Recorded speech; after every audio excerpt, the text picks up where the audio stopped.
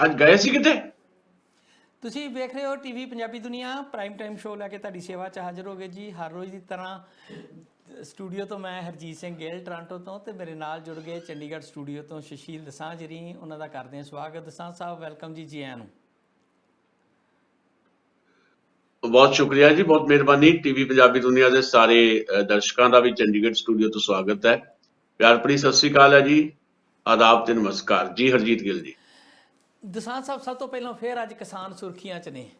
ਇੱਕ ਖਬਰ ਆ ਰਹੀ ਸੀ ਕਿ ਕਿਸਾਨਾਂ ਜੀ ਦਾ ਆਪਸ ਦੇ ਵਿੱਚ ਕਾਫੀ ਤਕਰਾਰ ਹੋ ਰਿਹਾ, ਡੱਲੇਵਾਲ ਦਾ ਖਾਸ ਕਰਕੇ ਇੱਕ ਦੂਜੇ ਤੇ ਦੂਸ਼ਣਬਾਜ਼ੀ ਸ਼ੁਰੂ ਹੋ ਗਈ ਆ ਕਿ ਕੌਣ ਆਰਐਸਐਸ ਦਾ ਬੰਦਾ ਆ, ਕੌਣ ਕਿਹਦਾ ਬੰਦਾ ਆ। ਦੂਜੇ ਪਾਸੇ ਖਬਰ ਇਹ ਆ ਰਹੀ ਆ ਕਿ ਸਾਰੀਆਂ ਕਿਸਾਨ ਜਥੇਬੰਦੀਆਂ ਸਿਰ ਜੋੜ ਕੇ ਬਹਿ ਗਈਆਂ ਨੇ, ਮੰਥਨ ਹੋ ਰਿਹਾ ਆ ਕਿ ਇਲੈਕਸ਼ਨ ਦੇ ਵਿੱਚ ਕਿਸ ਤਰ੍ਹਾਂ ਦਾ ਆਪਾਂ ਰਵੱਈਆ ਅਪਣਾਉਣਾ। ਕੀ ਅਸੀਂ ਇਲੈਕਸ਼ਨ 'ਚ ਸਿੱਧੇ ਤੌਰ 'ਤੇ ਸ਼ਾਮਲ ਹੋਣਾ, ਕਿਸੇ ਪਾਰਟੀ ਨੂੰ ਸਪੋਰਟ ਕਰਨਾ, ਜਾਂ ਕਿਸ ਤਰ੍ਹਾਂ ਕਰਨਾ। ਇਹਦੇ ਬਾਰੇ ਕਾਫੀ ਚਰਚਾ ਜਿਹੜੀ ਆ ਅੱਜ ਸਾਰਾ ਦਿਨ ਚੱਲਦੀ ਰਹੀ ਆ, ਤੇ ਇਹਦੇ ਬਾਰੇ ਤੁਸੀਂ ਸਾਨੂੰ ਅਪਡੇਟ ਕਰੋ ਕਿ ਕੀ ਚੱਲ ਰਿਹਾ ਪਿੱਛੇ। ਦੇਖੋ, ਸਾਰੇ ਜਿੰਨੇ ਵੀ ਸਿਆਸੀ ਹਲਕੇ ਉਹਦੇ 'ਚ ਚਰਚਾ ਤਾਂ ਹੈ ਵੀ ਕਿਸਾਨ ਜਥੇਬੰਦੀਆਂ ਦਾ ਅਗਲਾ ਸਟੈਪ ਖਾਸ ਤੌਰ ਤੇ ਚੋਣਾਂ ਨੂੰ ਲੈ ਕੇ ਕੀ ਹੋ ਸਕਦਾ ਹੈ। ਉਹਦੇ 'ਚ ਜਿੱਦਾਂ ਕੱਲ ਵੀ ਆਪਾਂ ਗੱਲ ਕਰਦੇ ਸੀ, ਪਹਿਲਾਂ ਤਾਂ ਰਿਫਿਊਜ਼ ਕਰਦੇ ਰਹੇ ਆਪਣੇ ਬਲਵੀਰ ਸਿੰਘ ਰਾਜੇਵਾਲ ਵੀ ਨਹੀਂ, ਉਹ ਕਿਸੇ ਪਾਰਟੀ 'ਚ ਨਹੀਂ ਜਾਣਗੇ, ਨਾ ਹੀ ਉਹਨਾਂ ਨੇ ਕੋਈ ਐਕਟਿਵ ਪੋਲਿਟਿਕਸ ਦੇ ਵਿੱਚ ਆਉਣਾ ਹੈ। ਹਾਂਜੀ ਪਰ 2 ਦਿਨ ਪਹਿਲਾਂ ਉਹਨਾਂ ਨੇ ਇੱਕ ਇੰਟਰਵਿਊ ਦੇ ਵਿੱਚ ਇਹ ਕਹਿ ਦਿੱਤਾ ਕਿ ਕੋਈ ਗੱਲ ਨਹੀਂ, ਦੇਖਦੇ ਹਾਂ। ਹਾਂਜੀ ਮਤਲਬ ਉਹਨਾਂ ਨੇ ਰੱਦ ਵੀ ਨਹੀਂ ਕੀਤੀ ਗੱਲ। ਤੇ ਉਸ ਤੋਂ ਬਾਅਦ ਫਿਰ ਖਬਰ ਇਹ ਆਈ ਵੀ 32 ਕਿਸਾਨ ਜਥੇਬੰਦੀਆਂ ਦੀ ਕੋਈ ਗੁਪਤ ਮੀਟਿੰਗ ਹੋਈ ਆ ਸਮਰਾਲੇ 'ਚ। ਤੇ ਜਾਣਕਾਰੀ ਇਹ ਆ ਕਿ ਬਲਵੀਰ ਸਿੰਘ ਰਾਜੇਵਾਲ ਹੋਰਾਂ ਨੇ ਇੱਕ ਫਤਿਹ ਪਾਰਟੀ ਰੱਖੀ ਸੀ ਸਮਰਾਲੇ, ਜਿਹਦੇ 'ਚ ਸਾਰੇ ਕਿਸਾਨ ਆਗੂ ਗਏ। ਉੱਥੋਂ ਖਬਰ ਇਹ ਨਿਕਲ ਕੇ ਆਈ ਕਿ ਸਹਿਮਤੀ ਬਣਾਉਣ ਦੀ ਕੋਸ਼ਿਸ਼ ਹੋ ਰਹੀ ਹੈ ਵੀ ਚੋਣਾਂ ਦੇ ਵਿੱਚ ਜੇ ਉਤਰਨਾ ਹੈ ਤਾਂ ਕਿਸ ਢੰਗ ਨਾਲ ਉਤਰਨਾ ਹੈ, ਕਿ ਆਪਣੀ ਪਾਰਟੀ ਬਣਾਉਣੀ ਹੈ ਜਾਂ ਕਿਸੇ ਦੀ ਸਪੋਰਟ ਕਰਨੀ ਹੈ। ਤੇ ਪਰ ਸਹਿਮਤੀ ਬਣੀ ਨਹੀਂ ਆ ਹਾਲ ਫਿਲਹਾਲ। ਤੇ ਦੂਜੀ ਇਹ ਟਟੋਲਣ ਦੀ ਕੋਸ਼ਿਸ਼ ਕੀਤੀ ਬਲਵੀਰ ਸਿੰਘ ਰਾਜੇਵਾਲ ਦੀ ਧਿਰ ਨੇ ਕਿ ਜੇ ਉਹ ਸੀਐਮ ਦਾ ਚਿਹਰਾ ਕਿਸੇ ਵੱਲੋਂ ਬਣਦੇ ਆ ਤਾਂ ਕੀ ਸਾਰੀਆਂ ਕਿਸਾਨ ਜਥੇਬੰਦੀਆਂ ਉਹਨਾਂ ਦੀ ਹਮਾਇਤ ਚਾਹਣਗੀਆਂ। ਤੇ ਉਹਦੇ ਤੇ ਵੀ ਕੋਈ ਸਹਿਮਤੀ ਵਾਲੀ ਜਿਹੜੀ ਸੰਭਾਵਨਾ ਹਲੇ ਦਿਖਾਈ ਨਹੀਂ ਦੇ ਰਹੀ। ਪਰ ਲੋਕ ਐਕਟਿਵ ਹੋ ਗਏ ਨੇ ਲਗਾਤਾਰ, ਤੇ ਨਾਲ ਦੀ ਨਾਲ ਕੁਝ ਕਿਸਾਨ ਜਥੇਬੰਦੀਆਂ ਦੇ ਆਗੂ ਚਾਹੁੰਦੇ ਵੀ ਆ ਕਿ ਹਾਂ, ਰਾਜਨੀਤੀ ਦੇ ਵਿੱਚ ਆਇਆ ਜਾਏ, ਵੀ ਇਸ ਮੌਕੇ ਦਾ ਜਿਹੜਾ ਆ ਲਾਭ ਜ਼ਰੂਰ ਲਿਆ ਜਾਣਾ ਚਾਹੀਦਾ। ਕਿਉਂਕਿ ਕੁਝ ਕਿਸਾਨ ਆਗੂਆਂ ਨੇ, ਜਿੱਦਾਂ ਬੂਟਾ ਸਿੰਘ ਬੁਰਜਗਿੱਲ ਹੈ, ਉਹਨੇ ਇਹਦੇ ਬਾਰੇ ਦੱਸਿਆ ਵੀ ਕੋਈ ਪਾਬੰਦੀ ਨਹੀਂ ਆ ਕਿਸੇ ਤੇ। ਜਦੋਂ ਅੰਦੋਲਨ ਚੱਲਦਾ ਸੀ ਉਦੋਂ ਇਹ ਪਾਬੰਦੀ ਸੀ ਕਿ ਅਸੀਂ ਐਕਟਿਵ ਪੋਲਿਟਿਕਸ ਵਿੱਚ ਨਹੀਂ ਜਾਣਾ। ਅੰਦੋਲਨ ਜਿੱਤਣ ਤੋਂ ਬਾਅਦ ਹਰੇਕ ਵਿਅਕਤੀ ਸੁਤੰਤਰ ਹੈ। ਉਹ ਜੇ ਕਿਤੇ ਵੀ ਜਾਣਾ ਚਾਹੁੰਦਾ, ਕਿਸੇ ਰਾਜਨੀਤਿਕ ਧਿਰ ਨਾਲ ਜੁੜਨਾ ਚਾਹੁੰਦਾ ਤਾਂ ਉਹ ਜੁੜ ਸਕਦਾ ਹੈ। ਜੇ ਉਹਨੇ ਇੰਡੀਪੈਂਡੈਂਟਲੀ ਚੋਣ ਲੜਨੀ ਹੈ ਤਾਂ ਉਹ ਲੜ ਸਕਦਾ ਹੈ। ਸੋ ਇਸ ਤੇ ਕੋਈ ਪਾਬੰਦੀ ਨਹੀਂ ਹੈ। ਹੁਣ ਸਾਰੇ ਅਸੀਂ ਓਪਨ ਹੈ। ਕਿਸਾਨ ਸੰਘਰਸ਼ ਆਪਣੀ ਥਾਂ ਦੇ ਉੱਤੇ ਹੈ, ਭਵਿੱਖ ਦੇ ਸੰਘਰਸ਼ ਵੀ ਹੋਣਗੇ, ਸੌਰੀ ਪਰ ਰਾਜਨੀਤਿਕ ਤੌਰ ਦੇ ਉੱਤੇ ਕਿਸੇ ਕਿਸਮ ਦੀ ਕੋਈ ਪਾਬੰਦੀ ਨਹੀਂ। ਅੰਦੋਲਨ ਜਦੋਂ ਨਹੀਂ ਸੀ ਜਿੱਤਿਆ ਗਿਆ, ਦਿੱਲੀ ਦੀਆਂ ਸਰਹੱਦਾਂ ਤੇ ਅੰਦੋਲਨ ਚੱਲ ਰਿਹਾ ਸੀ, ਉਦੋਂ ਜ਼ਰੂਰ ਸੀ ਕਿ ਅਸੀਂ ਐਕਟਿਵ ਪੋਲਿਟਿਕਸ ਨਹੀਂ ਆਉਣਾ। ਜਿਹੜਾ ਕੋਈ ਪੋਲਿਟਿਕਸ 'ਚ ਜਾਣ ਦੀ ਗੱਲ ਕਰਦਾ ਸੀ ਉਹਦੇ ਤੇ ਐਕਸ਼ਨ ਵੀ ਹੁੰਦਾ ਸੀ। ਤੇ ਹੁਣ ਏਦਾਂ ਦੀ ਕੋਈ ਗੱਲ ਨਹੀਂ ਆ। ਸਾਰਿਆਂ ਦੇ ਆਪੋ ਆਪਣੇ ਰਾਜਨੀਤਿਕ ਵਿਚਾਰ ਹੋ ਸਕਦੇ ਆ, ਤੇ ਗੱਲ ਇਸ ਢੰਗ ਨਾਲ ਹੀ ਚੱਲੀ ਹੈ। ਪਰ ਕੋਈ ਸਹਿਮਤੀ ਵਾਲੀ ਗੱਲ ਨਹੀਂ ਬਣੀ ਹਾਲੇ। ਫੇਰ ਕੋਈ ਇੱਕ ਦੀ ਮੀਟਿੰਗ ਹੋ ਜਾਵੇ ਤਾਂ ਕਿਹਾ ਨਹੀਂ ਜਾ ਸਕਦਾ, ਸਮਾਂ ਤਾਂ ਘੱਟ ਰਹਿ ਗਿਆ। ਸੋ ਇੱਕ ਕਨਫਿਊਜ਼ ਜਿਹਾ ਮਾਹੌਲ ਬਣਿਆ ਹੋਇਆ ਕਿਸਾਨ ਜਥੇਬੰਦੀਆਂ ਦੇ ਵਿੱਚ ਵੀ। ਦੂਜਾ, ਬਲਵੀਰ ਸਿੰਘ ਰਾਜੇਵਾਲ ਤੇ ਜਗਜੀਤ ਸਿੰਘ ਡੱਲੇਵਾਲ ਦੇ ਤਰਕ ਵਿਤਰਕ ਚੱਲ ਰਹੇ ਆ। ਕਿਸੇ ਨੇ ਪੁੱਛਿਆ ਸੀ ਬਲਵੀਰ ਸਿੰਘ ਰਾਜੇਵਾਲ ਨੂੰ, ਉਹਨਾਂ ਨੇ ਕਹਿ ਦਿੱਤਾ ਵੀ ਜਗਜੀਤ ਸਿੰਘ ਡੱਲੇਵਾਲ ਦੀ ਤੁਸੀਂ ਗੱਲ ਨਾ ਕਰੋ, ਉਹ ਤਾਂ ਆਰਐਸਐਸ ਦਾ ਬੰਦਾ। ਜਦ ਉਹਨਾਂ ਨੂੰ ਪੁੱਛਿਆ ਗਿਆ ਕਿਵੇਂ, ਤਾਂ ਉਹ ਕਹਿੰਦੇ ਕਿ ਉਹ ਨਾਲ ਦੀ ਨਾਲ ਭਾਰਤੀ ਕਿਸਾਨ ਸੰਘ ਦਾ ਜਿਹੜਾ ਵਾਈਸ ਪ੍ਰੈਜ਼ੀਡੈਂਟ ਵੀ ਹੈ, ਜਿਹੜੀ ਆਰਐਸਐਸ ਦੀ ਜਥੇਬੰਦੀ ਹੈ। ਉਹਨੇ ਸ਼ਿਵ ਕੁਮਾਰ ਕੱਕਾ ਬਾਰੇ ਵੀ ਕਿਹਾ ਕਿਉਂਕਿ ਉਹ ਉਹਦਾ ਪ੍ਰੈਜ਼ੀਡੈਂਟ ਹੈ। ਸੋ ਇਸ ਤਰ੍ਹਾਂ ਦੀ ਗੱਲ ਤੋਂ ਬਾਅਦ ਫਿਰ ਥੋੜ੍ਹੇ ਨੇ ਜਗਜੀਤ ਸਿੰਘ ਡੱਲੇਵਾਲ ਵੀ, ਉਹਨਾਂ ਨੇ ਕਿਹਾ ਕਿ ਕੌਣ ਆਰਐਸਐਸ ਦਾ ਕੌਣ ਕਿਹਦਾ ਆ, ਇਹ ਤਾਂ ਤੈਅ ਹੋ ਜਾਏਗਾ, ਪਤਾ ਲੱਗ ਜਾਏਗਾ। ਜਿੱਥੇ ਦੀ ਉਹ ਗੱਲ ਕਰਦੇ ਆ, ਜੇ ਸੰਘ ਦੀ ਉਹ ਗੱਲ ਕਰ ਰਿਹਾ, ਮੈਂ ਉਹਦਾ ਦਾ ਪ੍ਰਧਾਨ ਹੁੰਦਾ ਸੀ ਬਲਵੀਰ ਸਿੰਘ ਰਾਜੇਵਾਲ, ਸਾਡੀ ਨੈਸ਼ਨਲ ਜਿਹੜੀ ਕਨਵੈਨਸ਼ਨ ਹੈ ਉਹਨੂੰ ਚੇਅਰ ਕਰਿਆ ਕਰਦੇ ਸੀ, ਵੀ ਉਹ ਵੀ ਉੱਥੇ ਬੈਠੇ ਹੁੰਦੇ ਸੀ। ਸੋ ਇਸ ਤਰ੍ਹਾਂ ਦੀਆਂ ਗੱਲਾਂ ਗੁੱਲਾਂ ਚੱਲਦੀਆਂ। ਤੇ ਬਾਕੀ ਓਵਰਆਲ ਜਿਹੜੀਆਂ ਦੂਜੀਆਂ ਜਥੇਬੰਦੀਆਂ ਜਿੱਦਾਂ ਭਾਰਤੀ ਕਿਸਾਨ ਏਕਤਾ ਉਗਰਾਹਾਂ, ਉਹਨਾਂ ਨੇ ਤਾਂ ਆਪਣੀ ਲੜਾਈ ਫਿਰ ਤੋਂ ਵਿੱਢ ਦਿੱਤੀ ਹੈ, ਟੋਲ ਪਲਾਜ਼ਿਆਂ ਤੇ ਵੀ ਬੈਠੇ ਆ, ਤੇ 20 ਦਸੰਬਰ ਨੂੰ ਰੇਲਾ ਜਾਮ ਕਰਨ ਦੀ ਚੇਤਾਵਨੀ ਵੀ ਦਿੱਤੀ ਹੋਈ ਹੈ ਜੀ। ਜੀ ਅੱਛਾ ਦਸਾਂਝ ਸਾਹਿਬ, ਆਪਾਂ ਕੁਝ ਦਿਨ ਪਹਿਲਾਂ ਇੱਕ ਖਬਰ ਸਾਂਝੀ ਕੀਤੀ ਸੀ ਤੇ ਡਿਸਕਸ਼ਨ ਵੀ ਕੀਤੀ ਸੀਗੀ ਕਿ ਜਿਹੜੀ ਕ੍ਰਾਂਤੀਕਾਰੀ ਕਿਸਾਨ ਯੂਨੀਅਨ ਦੇ ਡਾਕਟਰ ਦਰਸ਼ਨਪਾਲ ਰੀ ਮਿੱਤਰ ਨੇ ਆਪਣੇ ਸਾਰਿਆਂ ਦੇ ਸਾਂਝੇ, ਉਹਨਾਂ ਦਾ ਇੱਕ ਬਿਆਨ ਆਇਆ ਸੀ। ਵੈਸੇ ਆਪਾਂ ਕੋਸ਼ਿਸ਼ ਕਰਾਂਗੇ ਕਿਸੇ ਦਿਨ ਉਹਨਾਂ ਨਾਲ ਵੀ ਗੱਲ ਕਰਾਂਗੇ। ਹੁਣ ਤਾਂ ਮੋਰਚਾ ਸਰ ਹੋ ਗਿਆ, ਉਹਨਾਂ ਦੇ ਰੁਝੇਵੇਂ ਥੋੜੇ ਜਿਹੇ ਜਿਹੜੇ ਆ ਉਹ ਘਟੇ ਹੋਣਗੇ। ਜਗਮੋਹਨ ਰੀ ਮਿੱਤਰ ਨੇ ਆਪਣੇ, ਦਰਸ਼ਨਪਾਲ ਰੀ ਸਾਰੇ ਸਾਥੀ ਨੇ ਆਪਣੇ ਪੁਰਾਣੇ, ਉਹਨਾਂ ਨੇ ਇੱਕ ਬਿਆਨ ਦਿੱਤਾ ਸੀਗਾ ਕਿ ਜੇ ਕਿਸੇ ਨੇ ਰਾਜਨੀਤੀ 'ਚ ਜਾਣਾ ਤੇ ਉਹਨੂੰ ਸੰਯੁਕਤ ਮੋਰਚਾ ਛੱਡਣਾ ਪਏਗਾ। ਪਰ ਸੰਯੁਕਤ ਮੋਰਚਾ ਦੀ ਹੋਂਦ ਅਜੇ ਵੀ ਹੈ। ਕੱਲ ਨੂੰ ਜੇ ਇੱਕ ਮੁੜ ਤੋਂ ਕੋਈ ਲੜਾਈ ਲੜਨੀ ਪੈਂਦੀ ਆ MSP ਦੇ ਵਾਸਤੇ ਹੀ, ਜੇ ਸੈਟਿਸਫੈਕਸ਼ਨ ਨਹੀਂ ਹੁੰਦੀ, ਤੇ ਸੰਯੁਕਤ ਮੋਰਚੇ ਦੀ ਜਿਹੜੀ ਫਾਰਮੇਸ਼ਨ ਬਣੀ ਹੋਈ ਆ ਉਹਦੇ ਤੋਂ ਲਾਂਭੇ ਤੇ ਅਜੇ ਨਹੀਂ ਨਾ ਜਾਣਗੇ। ਜਥੇਬੰਦੀ ਤੇ ਅਜੇ ਇਹ ਵੀ ਚੱਲ ਰਹੀ ਹੈ ਗੱਲ ਕਿ ਇਹਨੂੰ ਇੱਕ ਪਰਮਾਨੈਂਟ ਜਿਹੜੀ ਆ ਜਥੇਬੰਦੀ ਦਾ ਰੂਪ ਬਣਾ ਦਿੱਤਾ ਜਾਵੇ, ਹਿੰਦੁਸਤਾਨ ਦੇ ਬਾਕੀ ਜਿਹੜੇ ਕਿਸਾਨ ਜਥੇਬੰਦੀਆਂ ਨੇ ਉਹਨਾਂ ਨੂੰ ਵੀ ਜੋੜ ਦਿਆ ਜਾਵੇ, ਤੇ ਇੱਕ ਵੱਡਾ ਇੱਕ ਪ੍ਰੈਸ਼ਰ ਗਰੁੱਪ ਜਿਹੜਾ ਪੂਰੇ ਭਾਰਤ 'ਚ ਸਿਰਜਿਆ ਜਾਵੇ। ਕਿਹਾ ਜਾਂਦਾ ਹੈ ਕਿ ਅਨਆਰਗੇਨਾਈਜ਼ਡ ਜਿਹੜਾ ਸੈਕਟਰ ਹੈ ਖੇਤੀ, ਉਹਨੂੰ ਆਰਗੇਨਾਈਜ਼ਡ ਵੇ ਨਾਲ ਇੱਕ ਜਿੱਦਾਂ ਫਾਈਟ ਦਿੱਤੀ ਆ, ਹੁਣ ਇਸ ਤਰ੍ਹਾਂ ਦਾ ਅੱਗੇ ਵੀ ਕਦੀ ਮੌਕਾ ਆਵੇ ਤੇ ਕਿਸਾਨ ਬਾਹਰ ਨਿਕਲ ਸਕਣ ਇੱਕ ਕਾਲ ਦੇ ਉੱਤੇ। ਤੇ ਦਰਸ਼ਨਪਾਲ ਨੇ ਕਿਹਾ ਸੀਗਾ ਕਿ ਜੇ ਕਿਸੇ ਨੇ ਸੰਯੁਕਤ ਮੋਰਚੇ 'ਚ ਰਹਿਣਾ ਤੇ ਉਹ ਰਾਜਨੀਤੀ ਦਾ ਲਾਲਚ ਛੱਡੇ। ਤੇ ਤੁਸੀਂ ਹੁਣ ਕਹਿ ਰਹੇ ਹੋ ਕਿ ਸੰਯੁਕਤ ਮੋਰਚੇ ਦਾ ਇਹ ਫੈਸਲਾ ਵੀ ਆ ਗਿਆ ਕਿ ਆਪੋ ਆਪਣੀ ਰਾਜਨੀਤੀ ਹੈ, ਜੇ ਕਿਸੇ ਨੇ ਕਰਨੀ ਕਰੇ। ਸੋ ਇਹ ਤੇ ਗੱਲ ਕਲੀਅਰ ਹੈ ਕਿ ਜਿਹੜੀਆਂ ਕਮਿਊਨਿਸਟ ਧਿਰਾਂ ਨਾਲ ਸੰਬੰਧਿਤ ਜਥੇਬੰਦੀਆਂ ਨੇ ਉਹਨਾਂ ਨੇ ਤੇ ਸਾਂਝੇ ਥਾਂ ਤੇ ਨਹੀਂ ਆਉਣਾ। ਉਗਰਾਹਾਂ ਨੇ ਬਿਲਕੁਲ ਇਲੈਕਸ਼ਨ ਵਾਲੀ ਆਉਣਾ ਹੀ ਨਹੀਂ। ਪਰ ਜੇ ਬਾਕੀ ਜਿਹੜੀਆਂ 12-14 ਜਥੇਬੰਦੀਆਂ ਨੇ, ਕੀ ਉਹ ਇੱਕਮਿਕ ਹੋ ਸਕਦੀਆਂ ਇਸ ਇਸ਼ੂ ਦੇ ਉੱਤੇ?